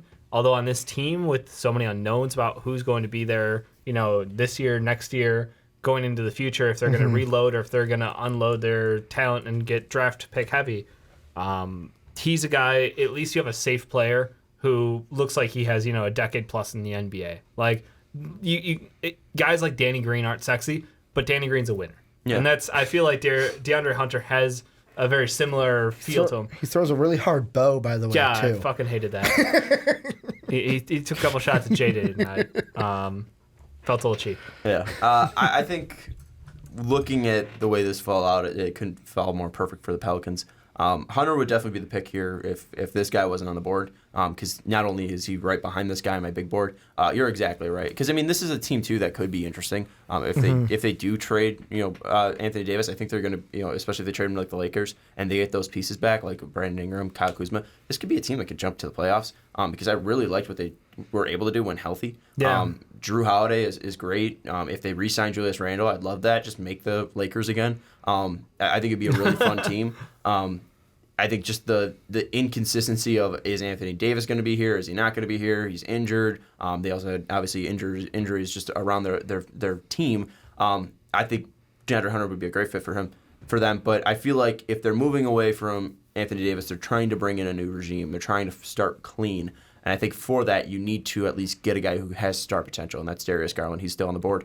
He's my 4th-ranked player. He's falling to 7. I think he is an incredible talent. Then injuries not too concerning to me. I feel like he's just sitting out because he didn't want to waste his talent. He didn't want to possibly re-injure his stock could only go down. At that point, pretty much. And if he's able to come back in the combine, he might even shoot up boards. So it was just smart for him, and I think Garland.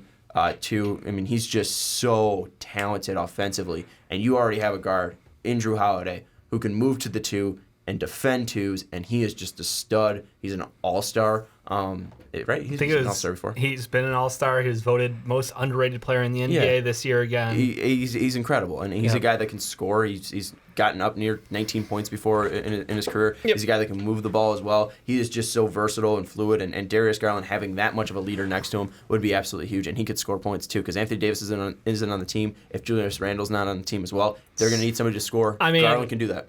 Outside of, outside of Drew. Oh. Well, but 20 and 10 coming out bad. Here's the thing with Ja. Chuck Diallo was getting more minutes than him at some point. So. Well, he was also injured, and Chuck had some good games. No denying that. Yeah. But I love giving him a little bit of love that he deserves still. The best situation for the Pelicans in my mind is getting Cam Reddish or getting Darius Garland. Yeah. And they got one of them in my mind. I like the Brandon Clark from Ricky though. I think that one could be super promising for them. I think I've had him go there for like the last. He did. A little bit. Did he? I think I've had him go there for like the last 3 mock drafts we've done. Yeah. You had him at 5.0? And 4.0 did I have him, I think? No. Did I have him go before the Pelicans? The funny thing is, you had Clark going 13 to the T-Wolves, which is another fit we like. A lot of people are saying, like, frame-wise, he reminds people of Julius Randle, just because... He's much more slimmer, though. I think was it him? Maybe I'm confusing it with somebody else, but I remember somebody, like, comping him to, like, Julius Randle. Maybe it was his offensive game. Is it Larry Nance? Maybe. Because Larry Nance, at least body-wise, that's who I think of. Maybe it was gameplay. I don't know. I'd take it all back. Just toss that one out the window. I can see gameplay. Yeah, I can see gameplay.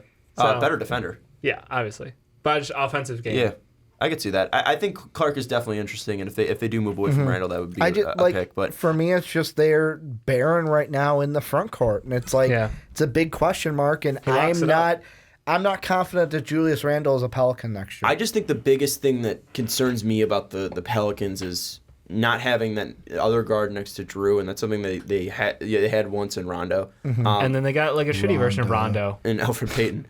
He cut his hair, but then he got hurt. So the other thing then he had his normal March triple-double. Mm-hmm. And the other thing I felt like they've been missing out on just the entire Anthony Davis era is a 3. Like when is the last time? You're telling me 3-Twan Moore is not a no, and you're also been like hoping that Solomon Hill comes back healthy, and he never has, or he's never been great. Oh, hang on, they did get some good play out of someone though. And that's killing me. Thanks, Dave. I'm looking him up right now. Dave with names, man. That one guy really helped us that one year.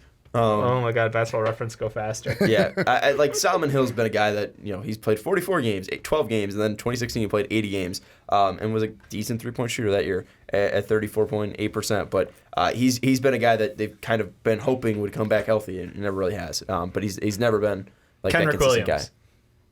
Yeah, I wasn't gonna pull that up. Kenrich Williams. Kenrich right? Williams, yes. Kenrich Williams. But yeah, so. I don't know. I super good rebounding 3. Yeah, he had some fun games. I'd be looking at the 1 or 3 in my mind, but Clark is definitely an interesting fit, and I do see the Randall cop. So Clark would be an interesting one. Let's move to 8 now for the Grizzlies. Ricky, who do you have him going with? This one's easy for me. It's Kobe White, and the reason being is whether or not you know the future of Mike Conley, Kobe White can come into this Grizzly team and in the first part play next to Mike Conley and be the 2 guard. And then if you decide, hey, in the future we're going to move on from Conley and trade him, kind of like what we did for Gasol, you can move Kobe White over to the 1 guard if you want, or you can keep him at the 2 and get someone else to play the 1. He's got that flexibility of being a combo guard that I think fits nicely with the Grizzlies, can give them some more offense from the backcourt, and it's just another of like, here's the best player on the board right now, gonna take him, and he fits with our team. Mm-hmm. Dave, who do you have him going with? I've got them going with. Oh man, it feels weird. Hang on. Are you gonna do it? Because I have two guys in my mind, and I think one of them you're thinking of as well. One of them might be, but I guarantee you it's not Kevin Porter Jr. because that's who I'm going with. What? I'm going Kevin Porter Jr. there. Wow. Yeah. Why? I think he's You had Kevin Porter Jr. last time at 14. Over a Kobe White. And then before that, you had Kevin Porter Jr. Oh, you had Kevin Porter Jr. top 10. Yep. So 4.0. But that's a big rise from 14. I do. I understand it's a big rise, but I'm looking at it, and I don't like the Kobe White fit could work, and he was on my board, and I was thinking about that. But I don't know if they're truly moving on from Mike Conley, and that's what the problem is. This is an organization who has routinely made the wrong decisions with personnel. So I wouldn't be now surprised. they've got new guys in positions. Doesn't matter to me. Franchises are cursed. And this is a case where Grizzlies like going for someone who has a top end of awesome. Kevin Porter Jr. We talked about him. His offensive highlight reel makes him look James Harden-esque. Unfortunately, that's about 12 to 14 minutes out of a game. And if you did not know, games are 48 minutes long, so that could be a problem. He's not Wilt Chamberlain. He's not playing all 48. 48.5 Yeah, minutes a he's game? playing a Jimmy Butler 48.5. And the thing I forgot Oh, that's Wilt's. Yeah, he was Wilt only was 48 minutes, but he averaged 48. and to go off of the new management and stuff, the thing I saw, and I don't know how this plays into anything, but I'm going to say it anyways. Fired Chris Wallace. Tayshaun Prince is now promoted to the VP of Basketball Affairs for the Grizzlies. Not So operations, but affairs. I don't know if Tayshaun's going to be good for that role, but he gets a promotion with the Grizzlies. I don't know what that role does. I'll be honest with you. Great question. What is Vice President of Basketball Affairs?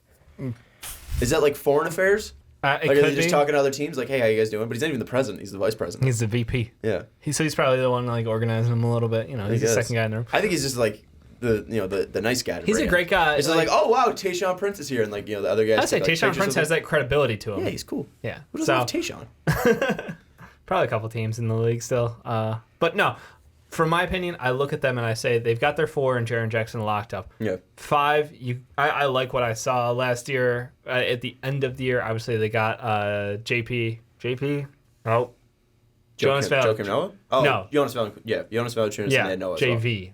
well. So I like him. I think that Bruno's great, and you can run him at the 3 again. So I'm really looking for a guard. And at that point, I go, who's my favorite 2 guard available? Yeah. Who's got a ton of top end potential? Kevin Porter Jr. could do it. That's the thing with me is I'm not sure if they're moving on from Darius Garland, and the 4 is locked up with Jaren Jackson Jr. Yeah.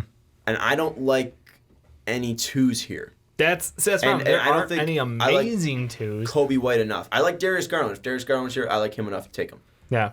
But there I'm looking at the 3 and the 4, or 3 and the 5. I don't trust Bruno to fully be Bruno. Sorry, here. I can't go away from him. And Valanciunas, I don't think he's the answer exactly for the long term here. Okay. It's definitely not Noah. So I'm going between 2 guys. 2 guys with massive potential. Yep. You went with the youngest player last year in the draft, in Jaren Jackson Jr. They did. Sekou Demboya is one of them. The other one is where Bol comes in. Yeah. These were 2 guys who were secondary to me as well. I was like, I thought we might have been in the same thinking here. Yeah. And the reason why I'd be comfortable going with Bol here is because Jaren Jackson Jr. is really good at defense.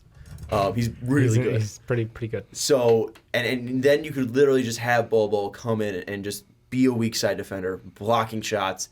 And even then, like, those 2 guys can defend on the perimeter. The biggest place that I worry about with Bol is just in post defense. But outside of that, he's a fairly decent defender. And if they both can shoot threes, The spacing on the spacing team would is be amazing. ridiculous. Yep. So it's between Bol, it's between Sekou. I don't know which one I'm really going with here because it's just so tough because it's like, do I trust Bol's health here enough? Shit, you almost talked me into going Bol already. But then you look at Sekou, and Sekou then gives you that 3 that can be a guy that drives, penetrates. You already have spacing because Jaren Jackson's getting out of the lane. Jonas isn't a 3-point shooter per se, but he's got a decent stroke. He's not Boban out there. Yeah. I'll go Bol because I think it'd be really fun. Thank you. And I want to almost swap mine, but no, I can't. I think it'd just be very interesting to see those 2 players out there together. And the fact that they both can provide stretch for you, they both can play great defense, or at least provide good defense in the certain spots for Bol. I think it'd be very interesting. And Jaren Jackson, I don't think is going to be ever an elite scorer in the league, but I think he'd be a fairly good scorer. And Bol can be an elite scorer. And having Mike Conley setting those guys up, very fun to watch. The question that I want, and that's the thing too, is you have Valanciunas who can spell Bol. Yeah. So Bol's probably going to play 20 minutes a game in his rookie year, and that way, and what's his face, Jaren Jackson Jr. When he fouls out, wasn't getting a ton of minutes because he was consistently fouling out. You can at least put in a guy like Valanciunas who can really help him out, and he might not, and Bol might not even start right away. So yeah. I'll go Bol just because of the potential there. The question that I want to throw out is, do you see the Grizzlies, because you said you don't see a 2 here worth taking. Yes. First off, and this plays into my second question I'm going to ask. Number one is, would Tyler Hero be a guy that you look at if the Grizzlies were in the right range for him? Being the 2 guard for the Grizzlies. But I have Hero 18th. The reason why I asked that is, could we see potentially, kind of like what we saw 76ers and the Zaire Smith-Mikal Bridges trade that you brought up earlier, could we see a similar thing where maybe the Celtics call the Grizzlies and go, hey, we want a point guard. We really want that We want to trade up for... Yeah, we really want that pick. Why couldn't you guys get the 7th pick? But the 9th pick, or like a team like the Hornets, if let's say they're kind of like, we think Kemba might walk, trade up for a Kobe White, and then the Grizzlies, hey, we can move back, get a Tyler Hero closer in that 12. That would be intriguing. He fits the lineup, but I think Dave's higher on his potential. I like Hero just as the player that he is. I don't think he's going to be growing that much. I know Dave is higher on that. Saying, I know could you're the higher on Grizzlies him. be a team to trade back if the right value's not there? I would not, because I think you have 2 players with so much potential that you should take. What? He had like a burp come out into the mic directly. I had the mouth open, and it's just the air just creeps up through the esophagus. I would go. It's like I'm coming out one way or another. Oh God. I would go Bol or Sekou just because the potential is there. The massive potential is there. My question... And the Grizzlies, I think, need that star there, because I don't think Jaren Jackson's ever going to be a star. Yeah. I think he's going to be an all-star. Or an all-pro, all-defense. But I don't think he's ever going to be like, oh, that's the guy that, he's never going to be like a Luka-type player, a Trae Young-type player. You need a guy that can really draw eyes. And Bol being, a unicorn, and Sekou, who can be a 3-and-D monster out there, or just a wing monster out there. I think that would be really fun. And also, it's really fun to say Sekou. My question with Sekou is, you did mention he was the youngest player. He's already supposedly 6'9". I mean, if he keeps growing, you have to wonder if he can keep up with threes at that point. That's my only thought on that. And it's a bad problem to have, If he keeps growing vertically, but not if he doesn't start adding to, I think you can always. Training is much better over here in the US. I agree. And if he devotes himself to training, he can keep his feet, I think. Okay. So I wouldn't be worried about that too much. Obviously, if he's getting up to 7 feet tall, then that's a problem. No, I don't expect a KD-esque rise, but it wouldn't be surprising. KD has kept his feet. Yeah, well, KD's also like the Slim Reaper, man. Yeah, he's uber skinny. If Sekou can lengthen out. Sekou's got some body to him. Yeah, but also if you get bigger this way, you get smaller this way. So you can always thin unless out. Your name is Zion Williamson. That's true. That boy eats well. And I keep doing it, big kid. It doesn't matter. That guy's awesome. Seriously. But yeah, I'll go Bol here. Okay, let's go to the Hawks at 9. Ricky, you have a fit that I really like, already off the board, and both guys, Brandon Clark and Bol, they're both off the board for you. That'd be the guy that I'd like going to him. But you already have Bol going to the Hawks. Yeah. That's what you're going to mention, and I just realized that. So who do you have him taking at 9? The one guy that you guys have all had him go higher, he is still on my board. Who do you think that is? I don't know. Cam Reddish is a Hawk. And the reason why is it's exactly what I said earlier. I can get that 3 later on. And I think Cam in Atlanta would be a nice fit, kind of like what Dave said about Cleveland, where it's the Hawks are not in win now mode. Watch, I'm gonna say that. They're a playoff team. It's gonna be like Dallas, where it's like, wow, they're winning games now. They're not in a win now mode to where I think Cam can come in rookie year and kind of just grow as a player. And I like the defense that he adds. We didn't see a lot of it with the kind of struggles that he had at Duke.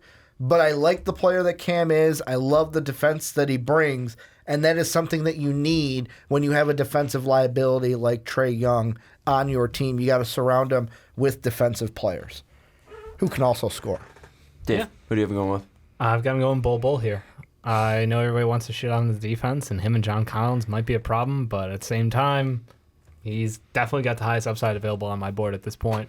And he's fallen so far, and I like the potential mock, of him going with the Grizzlies. I think that one would have been interesting. I had him almost going to, like you said, the Cavs, almost going earlier. It's just there's a couple of guys where I'm just like, I just like that fit a little bit better. And this draft class, I feel like once you get past 4 through 15 is just put them in a hat, shake them up, and I'm probably going to be not terrified. No Giants GM pick reaction here. So it's just Bull, super talented. Hopefully he stays healthy for all of our sakes, and that Hawks team instantly adds just a deadly 3-point shooter from the outside who can space the floor, can still block shots, and that team's just uber fun. Yeah, I really don't have that problem because Bobo's already off my board, so that's something that I don't have to deal with. Even if he was on the board, I don't know if this would be the pick for them though. I don't really love the fit for him there. Yeah. But Trae Young passing to Bobo on the outside, he probably would shoot 52% from three. Bobo with the kick, yeah. Yeah, so I think that would be an interesting fit. Cam's definitely an interesting fit, but he's already off my board. They're not going Kobe White. This is the guys that are in contention right now. Super easy to me for you. Sekou is on the board and in contention, but they already went Jarrett Culver, who plays the 2 and the 3. But then again, you could probably play Sekou, and he's more of a project, and he has time in Atlanta. Brandon Clark is a guy that I really like his fit, but is he too small? That's the thing that I would worry about. Kobe White's behind Brandon Clark, but they don't need a guard. PJ Washington's there, but I like Sekou better. Nicky Alexander-Walker is there. When are you going to get to the center? Well, it's Goga. Whoa.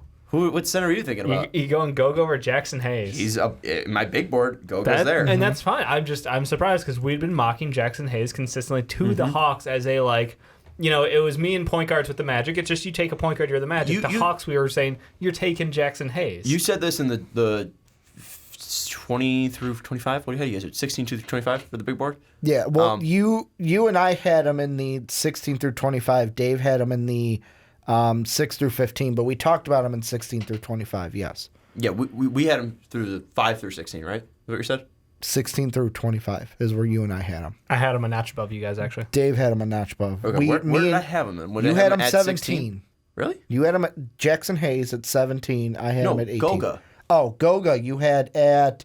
Higher. 14. 14, yeah. Okay. Because I have Goga above Jackson Hayes. Yeah. And I look at this, and we all had Goga at 14. Really? That's awesome. And Dave had Jackson Hayes at 13. I haven't been able to watch 14 yet, 5 through 14, but or 6 through 14. But Goga is a guy in my mind that is a two-way machine. He can, and I've seen more out of him. And you mentioned this at least in the 16 through 25 part. We're seeing more from him now. We're actually seeing more clips of him. It's more easily accessible to watch his games on YouTube. And that's what I have been digesting. And the more I watch him, and I compared him to Enes Kanter, if Enes Kanter could play both ways, I really like his body and his mold. And if he's able to play next to John Collins, well, it makes it easier for him. And if he's able to play behind a Dwayne Dedmon, well, he'll be able to get more time. And this is an Atlanta Hawks team with not that much pressure, and it gives him a lot of time to grow. So I really like... Gogas here. Sorry, Ricky turned the camera back on. I was checking the battery. Hey, look at you unzipping your pants. Yeah, that's though. why I was really I confused. had an itch that I was scratching. God damn it. You just have an itch you got to scratch. Why'd you have to ask, Sean? I was cool. He didn't reach in. It was mystery. on my I thought you were like... No. No, it was lower. Yeah, it was on the undercarriage of the tongue. I think Goga would be really, peak entertainment tonight, boys. really interesting because I think he could become a rim protector. If you don't like in the that, NBA. you don't like MVP. I think if Goga's there, I think he could be a really interesting rim protector. I think he can really develop into one. And I would take Goga at number 9. Fight through it, boys. Goga Batazde is my pick at the Hawks, for the Hawks at number 9. So the Hawks then end up having that trade be Luka Doncic for Trae Young and Goga Batazde. I mean, it could be interesting. I like him as a player. I think that his fit on the team would be pretty good as well. I like the fact that, like you said, Dwayne Dedmon could still be their starter. He can take his time to come in. I just don't know if I love Jackson Hayes' defensive potential. And I get it. I'm picking a one-sided player over someone who Goga potentially has the ability to be a two-way player, absolutely. But Jackson Hayes, so young, so raw, so moldable. But he has those. You don't think Gogo's so young and moldable as well? I mean, he's older. Young. He's older. I would say he's not as young. I think he already knows what his game is. I think Jackson Hayes has a very limited offensive game right now, but I don't think that it's capped. With him, it's more like, oh, well, I'm starting to figure this out. I think that I can add a jump hook to my game. I'm thinking I can add this tool. I think that he's a player who can grow much more into a well-rounded center. I think Goga has his game down and is going to be a fierce center for hopefully the next decade in the league. But Jackson Hayes just has defensive instincts that you can't teach. So, no, it's not a bad pick by any means. It just hit me that Sekou was born in 2000. Yeah. Because Jackson Hayes was as well. Jackson Hayes was born May 23rd, 2000, and Goga was born July 20, 1999. So Goga will be, at the start of the year, 20. Jackson Hayes won't be 20 until the end of the season for them. So that's definitely a big consideration for them because he does have a ton of room to grow. Yeah. I just think Goga kind of fits with them more. Yeah. I think that Jackson Hayes is strictly defense, and then you have John Collins who's strictly offense, but he gives you versatility out there, and that's the thing that I really like out there is the ability to be versatile for the Hawks. But I mean, recently they haven't really gone international. I can't remember the last international player they picked. They've really stuck college. Taurean Prince. They went DeAndre Bembry in that draft as well. They went Kevin Huerter. They went Trae Young. They obviously traded the ability to go from Luka. I don't think that's because he's international or anything like that. But they really have stuck home. They have gone also Big 12 basketball. In some of their picks, so I wouldn't be shocked if they do go Jackson Hayes. I just like Goga better, and he's on the board. The only real competition there would be Sekou and Brandon Clark for me, but I think that Goga's size is what really wins it over there. But Ricky, let's go to the Timberwolves at 9. All right, Timberwolves at 10. This was a difficult one for me, and it was difficult first, and then I remembered who was on my board, so I'll kind of run through this. Where the first thing I was looking at was my best availables off the board were the guy that I have right now who would be my best available is Rui, but I don't think they go with Rui. I was looking more two-guard. My best two-guard was Tyler Hero, and I'm thinking, you know what? That would be a nice fit because, Andrew Wiggins could be your ball-dominant guy. Cat can be maybe your two-scorer, and Tyler Hero can be the one that has the sweet stroke from beyond the arc. And then I was like, well, you know what? Maybe Kevin Porter Jr. fits in. And I'm thinking about them. But, guys, I forgot there's somebody on my board that would fit in way better with the T-Wolves over both of those guys. Darius Garland is the pick here. And the reason being is Jeff Teague is the only point guard right now under contract. I really like what this team did with Derrick Rose. Derrick Rose was really good for this team. Yeah. Before Dave, what did he get? Bone chips in his elbow. And then that's where he kind of fell off. Where I said think it like 19 times because I was super passionate about it. You were super pissed when Sean kept trying to be Sean kept saying could take the spot of Derrick Rose, and he got under the skin of Dave over here. Sorry, I don't believe in the 25 games that Derrick Rose finally showed he could shoot a three-pointer. And then he got bone chips in his elbow. Bone spurs, whatever. But yeah, Darius Garland can be the scorer at the one for them. Kind of what Derrick Rose was, but I think that point guard, if Darius Garland is there, the T-Wolves go and take him. They're at number 10 over a Tyler Hero or a Kevin Porter Jr. Yeah. No, I think point guard of the future is a great position for them, and I just don't know what they're doing timeline-wise. If they can take a risk on somebody, perfectly fine with me. Yeah. I don't think that guard wise it makes sense. Yeah. Because even though he can't play like a defense, the whole Timberwolves can. So why not? I mean, why not? I mean, you're gonna have so much offense between him, Andrew Wiggins. Inefficient offense from Andrew Wiggins, and plus Kat, Thibodeau's not the coach anymore. So. Yeah, I'd say that helps the most probably. But yeah, Darius Garland plus Cat is probably like an offensive rating of like 120. It's gonna be like it was Steph who had like an offensive rating of 140 in the first 4 games. It might be up to 140. It'd be absolutely insane. So I like Garland, the fact that he fell to 10. That's a gift for the T-Wolves for sure.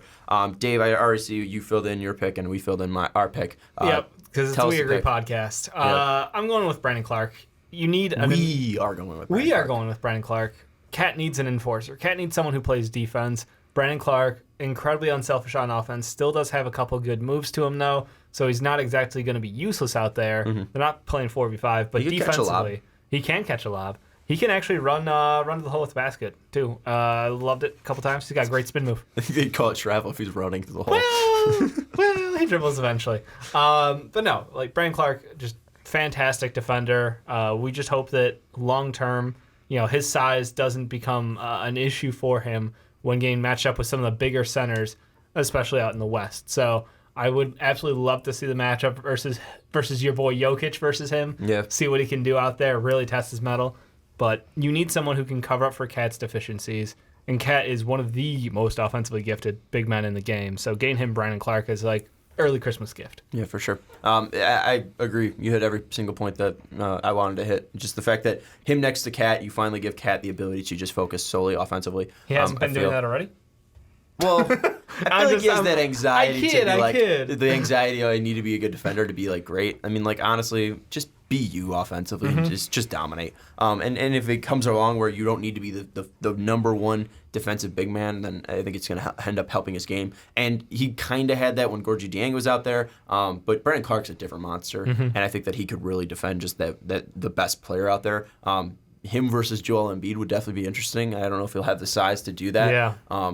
So maybe but we've seen smaller guys bother Embiid. I know he's not in the realm of Al Horford as far as his skill and basketball IQ, but Al Horford's a guy who notoriously has Embiid's number. Yeah. Marc Gasol, same thing. It's just, but they're more filled out. Right. They're also in the later half of their career. Yeah, where Clark is just. He's so thinner than them. So much thinner than them. Yeah, much thinner than them. So I think Clark would be a good fit next to him. And he's obviously going to get bigger, too, I think. And he was one of the most efficient. When he gets out of college. He was one of the best players in college basketball last year. I know a lot of people, he is an older player, but you can't look at the numbers and scoff at them at all. He's so efficient. I think he's very similar, advanced stats-wise to Zion. Yeah. He's the only player that comes close to him. Yep. So Clark is definitely someone who's definitely interesting. I think 10 at him to the T-Wolves is a great pick. Let's move to the Lakers here at 11. I feel like I know who you're going with, Ricky.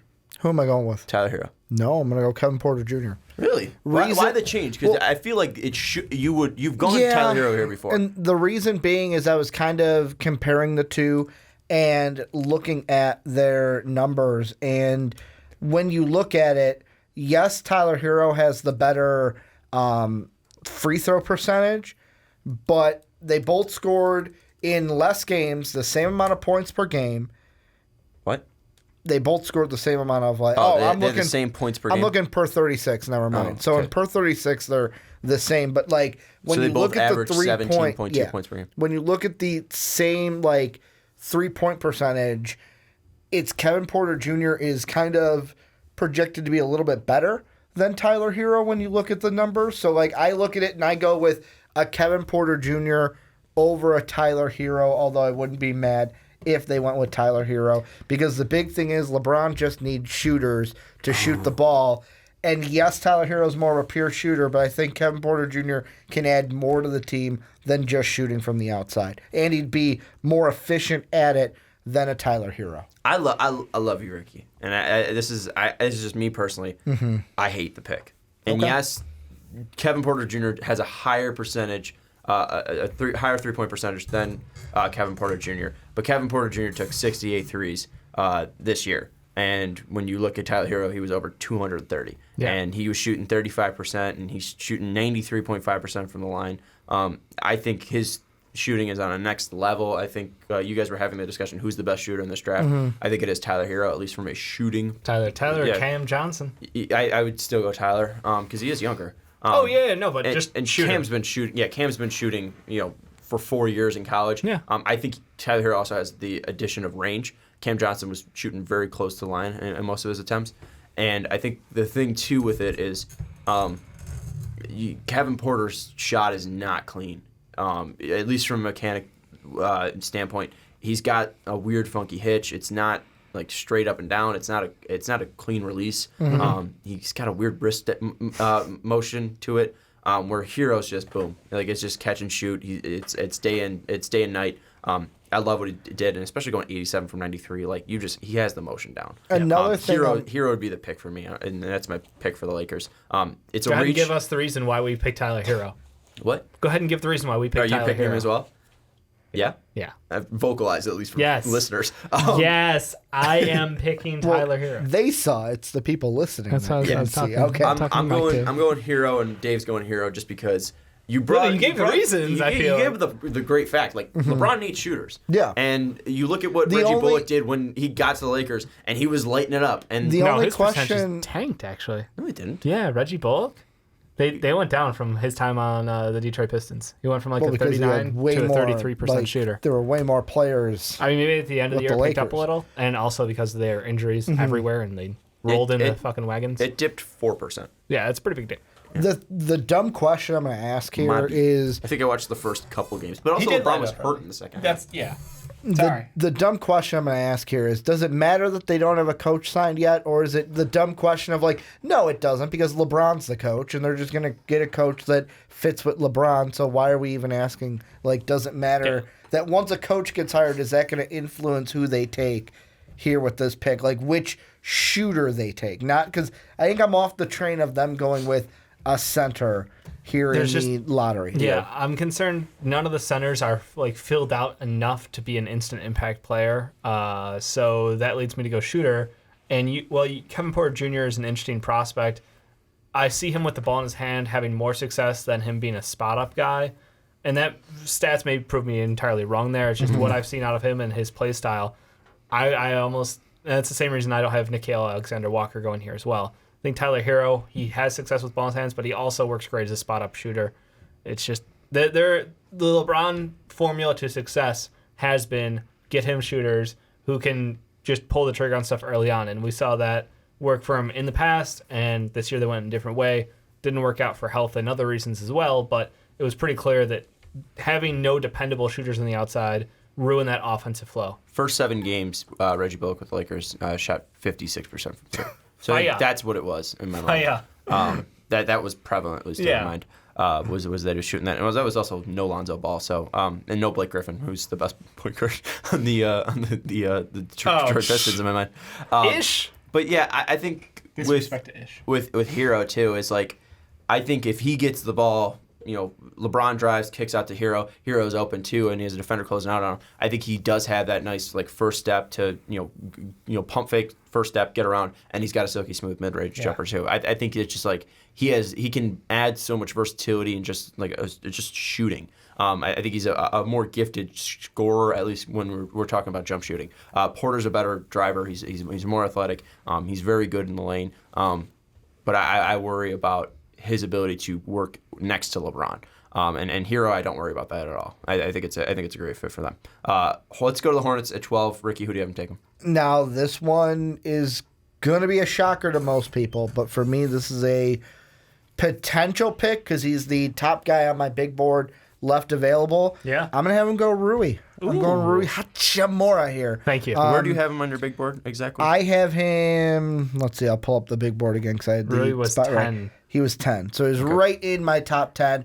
And this is something where I was debating in my head Tyler Hero or Rui Hachimura. And the reason why I stuck with Rui was already at the 2-guard position, they've got Batum locked down. They've got the moist one, Malik Monk, locked down. Jeremy Lamb's interesting. Is he going to be back next year? I don't know. We'll see if they re-sign him. But I look at the 3 and the 4, and it's like, that's where I think Rui kind of fits, either a 3 or a 4. And even if you think he's more of a 4, they've got Marvin Williams and Frank the Tank out there. So it's one of those things where I'm leaning more towards that, plus the potential that I think Rui has, because yes, the tape at Gonzaga was different than what we saw in his FIBA performances when in the under 17 days when he was playing. And that's why I lean with that with the Hornets rather than going with another 2-guard who can shoot from beyond the arc. The one thing I will say is just to help you out, Miles Bridges is also on the team. You didn't mention him. Yes. And that was something that Hornets fans wanted us to mention last time. I think the 4 is the biggest thing for them. So him at the 4 and Bridges at the 3, I think that would be an interesting pair. I really like the Hero fit for them too, but Hero's off my board, so you were really picking between Hachimura and Hero there. We don't have that choice, Don't need Dave. Tyler Hero on the board. They got the moist one. That's play him. That's really the and thing. Hero's going to be more of a consistent spot-up shooter. They've been playing him, and we'll see about that because Malik Monk was an incredible shooter, but he was a catch-fire shooter, and that's what we saw him out this year. I think he, towards the end was getting about 17 minutes a game on and off, but I'm not going there. I'm going Kobe White with this one. I think that they just don't have a backup point guard on their roster other than, fucking Tony Parker, who is ancient at this point. And he had a great year, to be fair. Yeah. He had a fantastic. I was incredibly surprised. Veteran leadership was awesome. And They if I stopped want one guy trusting to him learn, near the end of the season, but yeah. yeah, if I want one guy to teach people, it's Tony Parker. So I'm taking Kobe White here because I don't know if Kemba comes back. Even if he does, I still am happy taking Kobe White here because you have a guy who can be a bench point guard, who can be a 2-guard off the bench. He is versatile enough to play either position for them, and I feel pretty good about my future because everything else, I don't love any other fit yet at this point for their team. They just have some bad contracts they're stuck with between Batum, between paying Marlon Williams $15 million this upcoming year, Bismack Biyombo, $17 million, Cody Zeller $14 million. Like they're stuck in cap hell at the moment. So I'm going for the future. Question for you then. Yes, sir. If Darius Garland is, let's say, with our mock right now, if he's available at 9 and 10, if you're the Hornets, do you trade up for Kobe White? If Garland's available? Or Garland or Kobe, because like in both of Sean and mine, I have all 3 point guards done. So if that last point guard is there at 9 or 10, do you trade up for it with the Hornets because of the big question that will Kemba return? Yes, No. like will he? No, I wouldn't. This is a team that needs draft capital for the future. I wouldn't give up. Well, if I could get away with trading an existing player, sure. I just wouldn't give up future picks. That's my problem. Is they need to keep going, keep that young talent rolling in, so that way by the time all those massive old contracts get off the board, they can really start rolling this team. Look to free agency and try to get that positive roll going. What I want to do right now is just recap your mock draft so far. So if you want to run 1 through 12 right now, Ricky. Yeah. Before I get my 12. Number 1, I got the Suns going Zion Williamson. Wizards not trading, going with R.J. Barrett. Then the Knicks not trading, going Jarrett Culver Jr. Or Jarrett Culver, I don't know why I threw the junior in there. Then the Hawks at 4 going Ball. Not trading. Not trading. Then the Cavs at 5, not trading also. DeAndre Hunter, forward out of Virginia. Then the Bulls go Ja Morant at 6. Pelicans go Brandon Clark at 7. Grizzlies Kobe White at 8. Hawks Cam Reddish at 9. T-Wolves Darius Garland at 10. Kevin Porter Jr. to the Lakers at 11. And Rui Hachimura to the Hornets at 12. Dave, you want to recap? Sure. Number 1, I've got Zion Williamson going to the Suns. At 2, I've got R.J. Barrett to the Wizards. At 3, I've got Ja Morant to the Knicks. 4, Jarrett Culver going to the Hawks. 5, Cam Reddish to the Cavs. 6, Darius Garland to the Bulls. 7, DeAndre Hunter to the Pelicans. 8, Kevin Porter Jr. to the Grizzlies. 9, Bull to the Hawks. 10, the Timberwolves taking Brandon Clark. At 11, Tyler Hero to the Lakers. And at 12, Kobe White to the Hornets. All right, and then my number 1, Suns taking Zion Williamson. 2, the Wizards taking R.J. Barrett. 3, the Knicks taking Ja Morant. 4, the Hawks taking Jarrett Culver. 5, the Cavs taking Cam Reddish. 6, the Bulls taking DeAndre Hunter. 7, the Pelicans taking Darius Garland. 8, the Grizzlies taking Bull. 9, the Hawks taking Goga Bitadze. 10, the Timberwolves taking Brandon Clark. And then 11, the Lakers taking Tyler Hero. The biggest thing now with the Hornets at 12 that I was looking at is I want them to get like another guy, just another star. Like this team kind of lacks like that punch. Like you look at all their stats and it's just like middle of the pack in every single thing. Like they really don't do anything great. They don't do anything horribly. They are just a team that's there. And I don't think they have that thing to take them to the next level outside of Kemba Walker. And I think they'd be stupid not to give Kemba the max deal. Yeah. Absolutely stupid. I don't think he would. If he gets the Supermax, I don't think there's any reason he would not take that. This is your guy. This is your franchise. Give him the money that he deserves. So I don't really think point guard is going to be a position of need for them in the first round. Because there are second-round point guards that I think are interesting too. Some projects like Quentin Grimes, like he might be interesting for them just because he's not going to be a starter. Maybe just draft him and see what he can do because this was a guy coming out of high school that was really good. Or like Carson Edwards. Or like Purdue. a Carson Edwards. I don't really care that much for him, but A some people do. point guard? Or like a Ty Jerome. If he's Ty available, Jerome, I very would well-rounded. like him as a Pons. fit. Who? Shamari Shamari Pons. Pons. Yeah. I thought you were like whispering No. something under your breath about me being No. a dick. But that means that I'm going away from Kobe White. And the two players that I have in mind are Sekou, who's the highest player currently on my board, available, or PJ Washington. PJ, I think, could play the 3 or the 4. I mean, you talked earlier about Marvin Williams and Nick Batum. Miles Bridges, I think, is the future at the 3. PJ Washington, I think, could play the 4. Yep. Might be too much of an overlap play style wise there, but also I don't think it's that conflicting because I think PJ can play a little bit more off ball than Miles can, and Miles is better going and attacking the rim than PJ is. PJ's a better shooter in the mid range and from 3. Yep. But Sekou is the pick here because I think that with the bad contracts they have, they're going to need to start Nick Batum. They're going to need to start Marvin Williams. They're going to need to play these guys. And Sekou can take time to develop underneath them. And where's Nick Batum from? France. And, Sekou can have a guy that he can at least relate to. And I think that is big. I mean, you look at what I'm a White Sox fan. I'm wearing the hat right now. A big thing that has helped the players that they've brought in is having Jose Abreu on the team, and that helps Yohan Moncada. That helps some of the other Cuban-born players that they've brought through the We literally system. just go after Cuban players. So it's kind of the White Sox strategy for the last decade. And having a veteran on that team that could help these guys come in would be absolutely huge. I don't think Frank had that on that team. Kind of had a similar thing. I mean, Kristaps was a foreign international player that was very young, very raw, coming into New York. Might have helped him come in. But having a guy that plays the same position as you and is, I think, Sekou's from Papua New Guinea. I could be wrong about that. But right now he's playing in the French League, is he not? I can't pronounce the team name, so I'm not honestly sure. He at least played in the French League at some point. And I think Sekou does speak French, if I know my bio correctly. So I think that would be a really smart fit for them. Go for a guy that can possibly be the next, part of your future in the Hornets once Kemba leaves, and I think he would be a really interesting fit. You could always take a point guard, a backup point guard in the second round. You could always wait for a point guard next year. I think Sekou would be the pick here just because of the potential he has and the fit, at least culture that he would have on that team. Also, Tony Parker is French as well. So boom, there you go, double up on that. Boom. So I'm going Sekou Demboy here. Let's go to the Heat now. 13. Yeah, this is an interesting pick for me because there's part of me that likes the Sekou pick here because he can sit there and develop with the Heat. But how my mock has played out, how my players have switched on my big board, I'm going to go with Tyler Hero here. And the reason being is I look at the 3 for the Heat right now. One thing I'm going to just jump in Go ahead. because it might offend people that if I don't correct this. Sekou is from Guinea. Not Okay. New Guinea. Yeah. Or I remember Papua New Guinea. John said that last week. He is I from just couldn't remember. Guinea in Africa, and he is French. So Mm-hmm. I was correct in that. And then we also keep bringing up the LNB Pro A, where he has played before, where I believe, if we were correct, and I've brought up the stat millions of times, Mm-hmm. but I believe Tony Parker and both Nicholas Batum were their player of the years, either in the LN Pro A or B. But both guys did play in the Pro A like Sekou did. Go ahead. Nailed So it. yeah, The Heat. with the Sorry. Heat, I'm going to go with Tyler Hero only because there's a little bit. I like the Richardson-Winslow, although Winslow played a little bit of point guard while on the court for the Heat this year.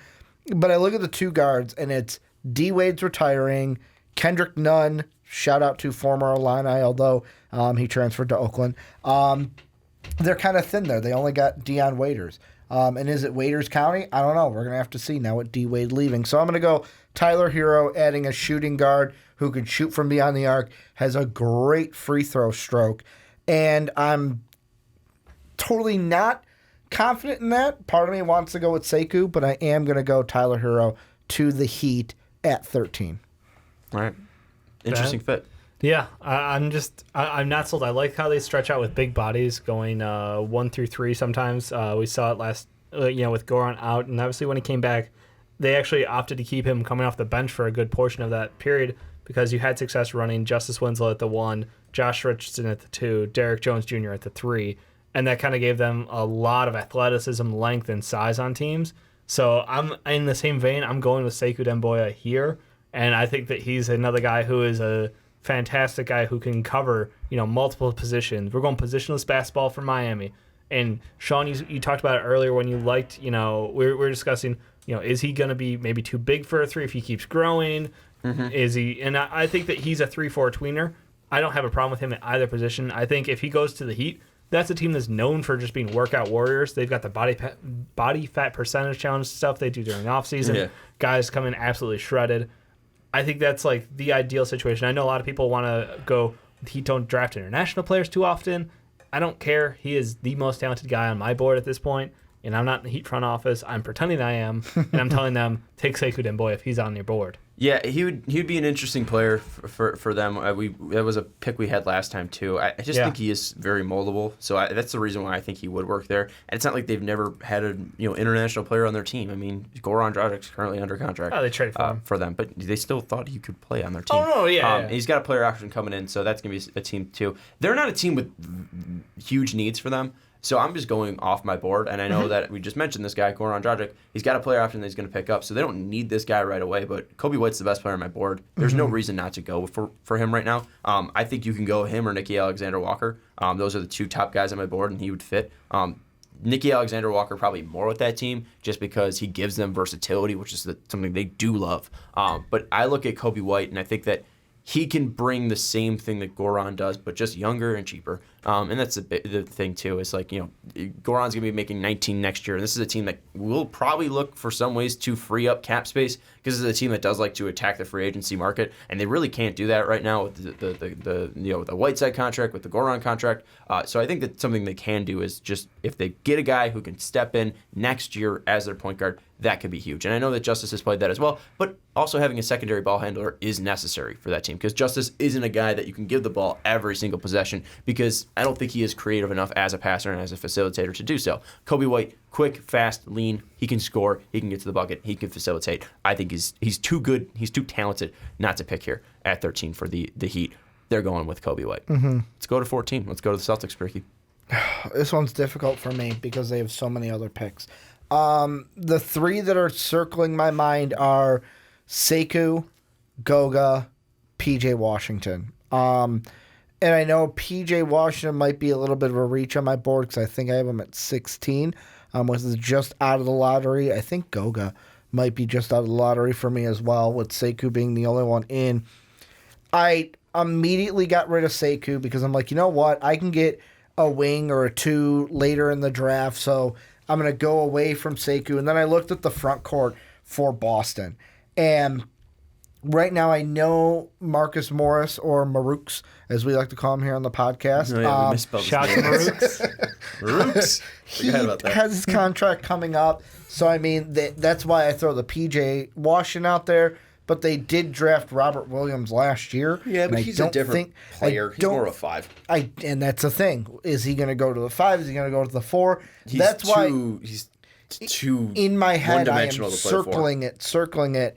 And I think on a whim, I'm just flipping a coin in my head. I'm going to go with PJ Washington because of just that point of if you see Robert Williams more as a 5, then go with PJ Washington. If you see him more as a 4, go with Goga. And because Robert Williams, more of a 5, going to go with P.J. Washington to round out the lottery for the Celtics at 14. Dave, who do you have going at 14? 14, similar toss-up because I want to go Goga, but I also kind of am in the guard-heavy thought of what are the odds that they bring back Kyrie Irving, and that makes me a little afraid. Give us your top 3. Who are you thinking? Who are you mulling around? It's Goga, Nickeil, or I sound like an idiot for saying his name out loud. Romeo.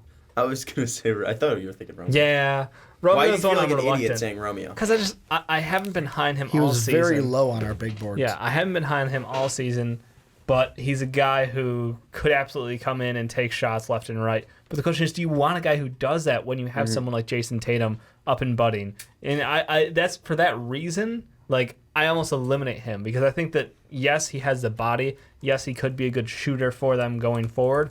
But I like Nickeil Alexander-Walker a little bit better because he's a two-way guard. He brings defense, he brings facilitation, he brings a little toughness, and he's been in clutch moments and had to play through pretty good adversity. So, but defense and Goga, and that's I think I want to lean to go center and lock up Goga. I know Al Horford will be on his final year of his contract because he's going to take that $30 million. No way he doesn't. Yep. But going forward, I honestly have not loved Robert Williams' initial play in the NBA. So, Time Lord. Yeah. He great nickname at least. Yeah. But he is thin. He's very prone to mistakes. He has a very short leash, rightfully so in my mind. So I'm gonna go with Goga here. He apparently received a shoe that was just stuffed with $11,000 in Robert Williams from Texas A&M. So shout out to him. That's baller as fuck. But I mean, Robert Williams is a guy that we saw last year, and he fell in our live mock to 27. I think it was. Yeah. We called where he was going to go, and people were like, To the Celtics. Why is Robert Williams falling so much? It's just because he is a very one-dimensional player. He's not a guy that is a lob catcher like Brandon Clark. He's very much just, I will block shots, I will stand here and play defense. And that's all he really is. And he has time to develop his game, without a doubt. I find him similar to be like Thomas Bryant and Brandon Clark. Hopefully he can develop just, that. Just not offensively, just defensively. Yeah. Oh, like okay, body okay. type wise, I look at them and they seem similar. Yeah. And defensively they seem similar. But I don't have the luxury of picking a guy like Goga here. So it really comes down to that guard spot. Yeah. And it's either, at least going off my big board, it's Nickeil or it's Romeo. I like P.J. Washington. I think he's an interesting player, especially for the Celtics. But they do have a pick, I think, at 18. Correct me if I'm wrong. They have a pick coming up very soon. They would have 20 and then 22. Okay. So they have a pick 6 picks later. And yes, they can go PJ, who I really like, and I could see him falling. But even then, at that 3, they have Hachimura, who would be in my range, in that range for them too. And they also at 22 would have the ability to take like a KZ or a Cam Johnson as well. So Perhaps. I really don't think 3's a need here. I think you can get a guy, one of the better guards, and this is where point guards are coming off. You really have the last chance to take a great point guard, or at least a great combo guard. Yeah. And I think Nickeil Alexander-Walker can be in the NBA, and I think that he fits what they want. They want long players. They want athletic players. They want guys who can play defense. They want guys who can be versatile. And that's Nickeil Alexander-Walker. It's a great I fit. like it. Nickeil Alexander-Walker's a pick for the Celtics. So that's the LM squared for us. That's gonna do it. Parentheses LM squared. Parentheses LM Live squared. mock, live lotto. Because Yeah. otherwise, the M is the only thing that gets the exponent. Live. Oh yeah, we're just stupid. It's How- live mock lotto. Live mock. So it's LML. LM. Oh man. So it's This is bad. LML. I was just going off of LMD. if we were going the No, live mock or the live mock lotto, live mock draft, the live mock, then it'd be parentheses LM parentheses squared. Yeah, but it would be LML LMD. Yeah. So- or we could just take out the L and the D and just Love The my live life, mock, live lick mock. my dick. Recap the 14 picks. woo. Recap the 14 All right, picks, that's Ricky. enough. I Dave just closed his laptop. You got to recap the picks, Ricky. Recap your 1 through 14. So with my 1 through 14, we got the Suns at number 1 going Zion Williamson forward out of Duke. Then the Wizards going R.J. Barrett forward out of Duke. Then the Knicks going Jarrett Culver, not junior, guard out of Texas Tech. Then the Hawks at 3. No, Hawks at 4 going Ball, center out of Oregon. Cavs at 5 go DeAndre Hunter, forward out of Virginia. Bulls at 6 go John Morant, guard out of Murray State. 7, the Pelicans, Brandon Clark, forward out of Gonzaga. Then at 8, the Grizzlies go Colby White, guard out of UNC. Hawks at 9 going Cam Reddish, forward guard. 10, T-Wolves, Darius Garland, guard from Vandy. Lakers 11, Kevin Porter Jr., guard USC. 12, the Hornets go Rui Hachimura, the forward out of Gonzaga. Then the Heat go 13, Tyler Hero, guard out of Kentucky. And then his teammate goes 14, P.J. Washington, forward out of Kentucky, to the C's to end it out. Dave, recap your live mock, live lotto. Yep, sure. Number 1, I've got the Suns going Zion Williamson. At 2, I've got the Wizards taking R.J. Barrett. At 3, I've got the Knicks going John Morant. At 4, I've got the Hawks going Jarrett Culver. At 5, the Cavs are taking Cam Reddish. 6, the Bulls are taking Darius Garland. At 7, the Pelicans are going DeAndre Hunter. At 8, the Grizzlies taking Kevin Porter Jr. At 9, the Hawks going Bol Bol. At 10, the Timberwolves taking Brandon Clark. At 11, Lakers taking Tyler Hero. At 12, the Hornets are taking Kobe White. 13, the Heat are taking Sekou Demboya. And at 14, the Celtics are taking Goga. And for me, number 1, Suns take Zion Williamson. 2, Wizards take R.J. Barrett. 3, Knicks take Ja Morant. 4, Hawks take Jarrett Culver. 5, Cavs take Cam Reddish. 6, Bulls take DeAndre Hunter. 7, Pelicans take Darius Garland. 8, Bol Bol goes to the Grizzlies. 9, Goga Batazde goes to the Hawks. 10, the Timberwolves select Brandon Clark. 11, Lakers took Tyler Hero. 12, the Hornets took Sekou Demboya. 13, the Heat take Kobe White. And 14, the Celtics take Nickeil Alexander-Walker. And that will finish out our live lotto. We hope you enjoyed it. We hope you enjoyed your time here with the Fast Break Podcast doing our live lotto. We hope this also fulfilled the needs for the people that wanted the Tankathon mix-up. We will have the next lotto,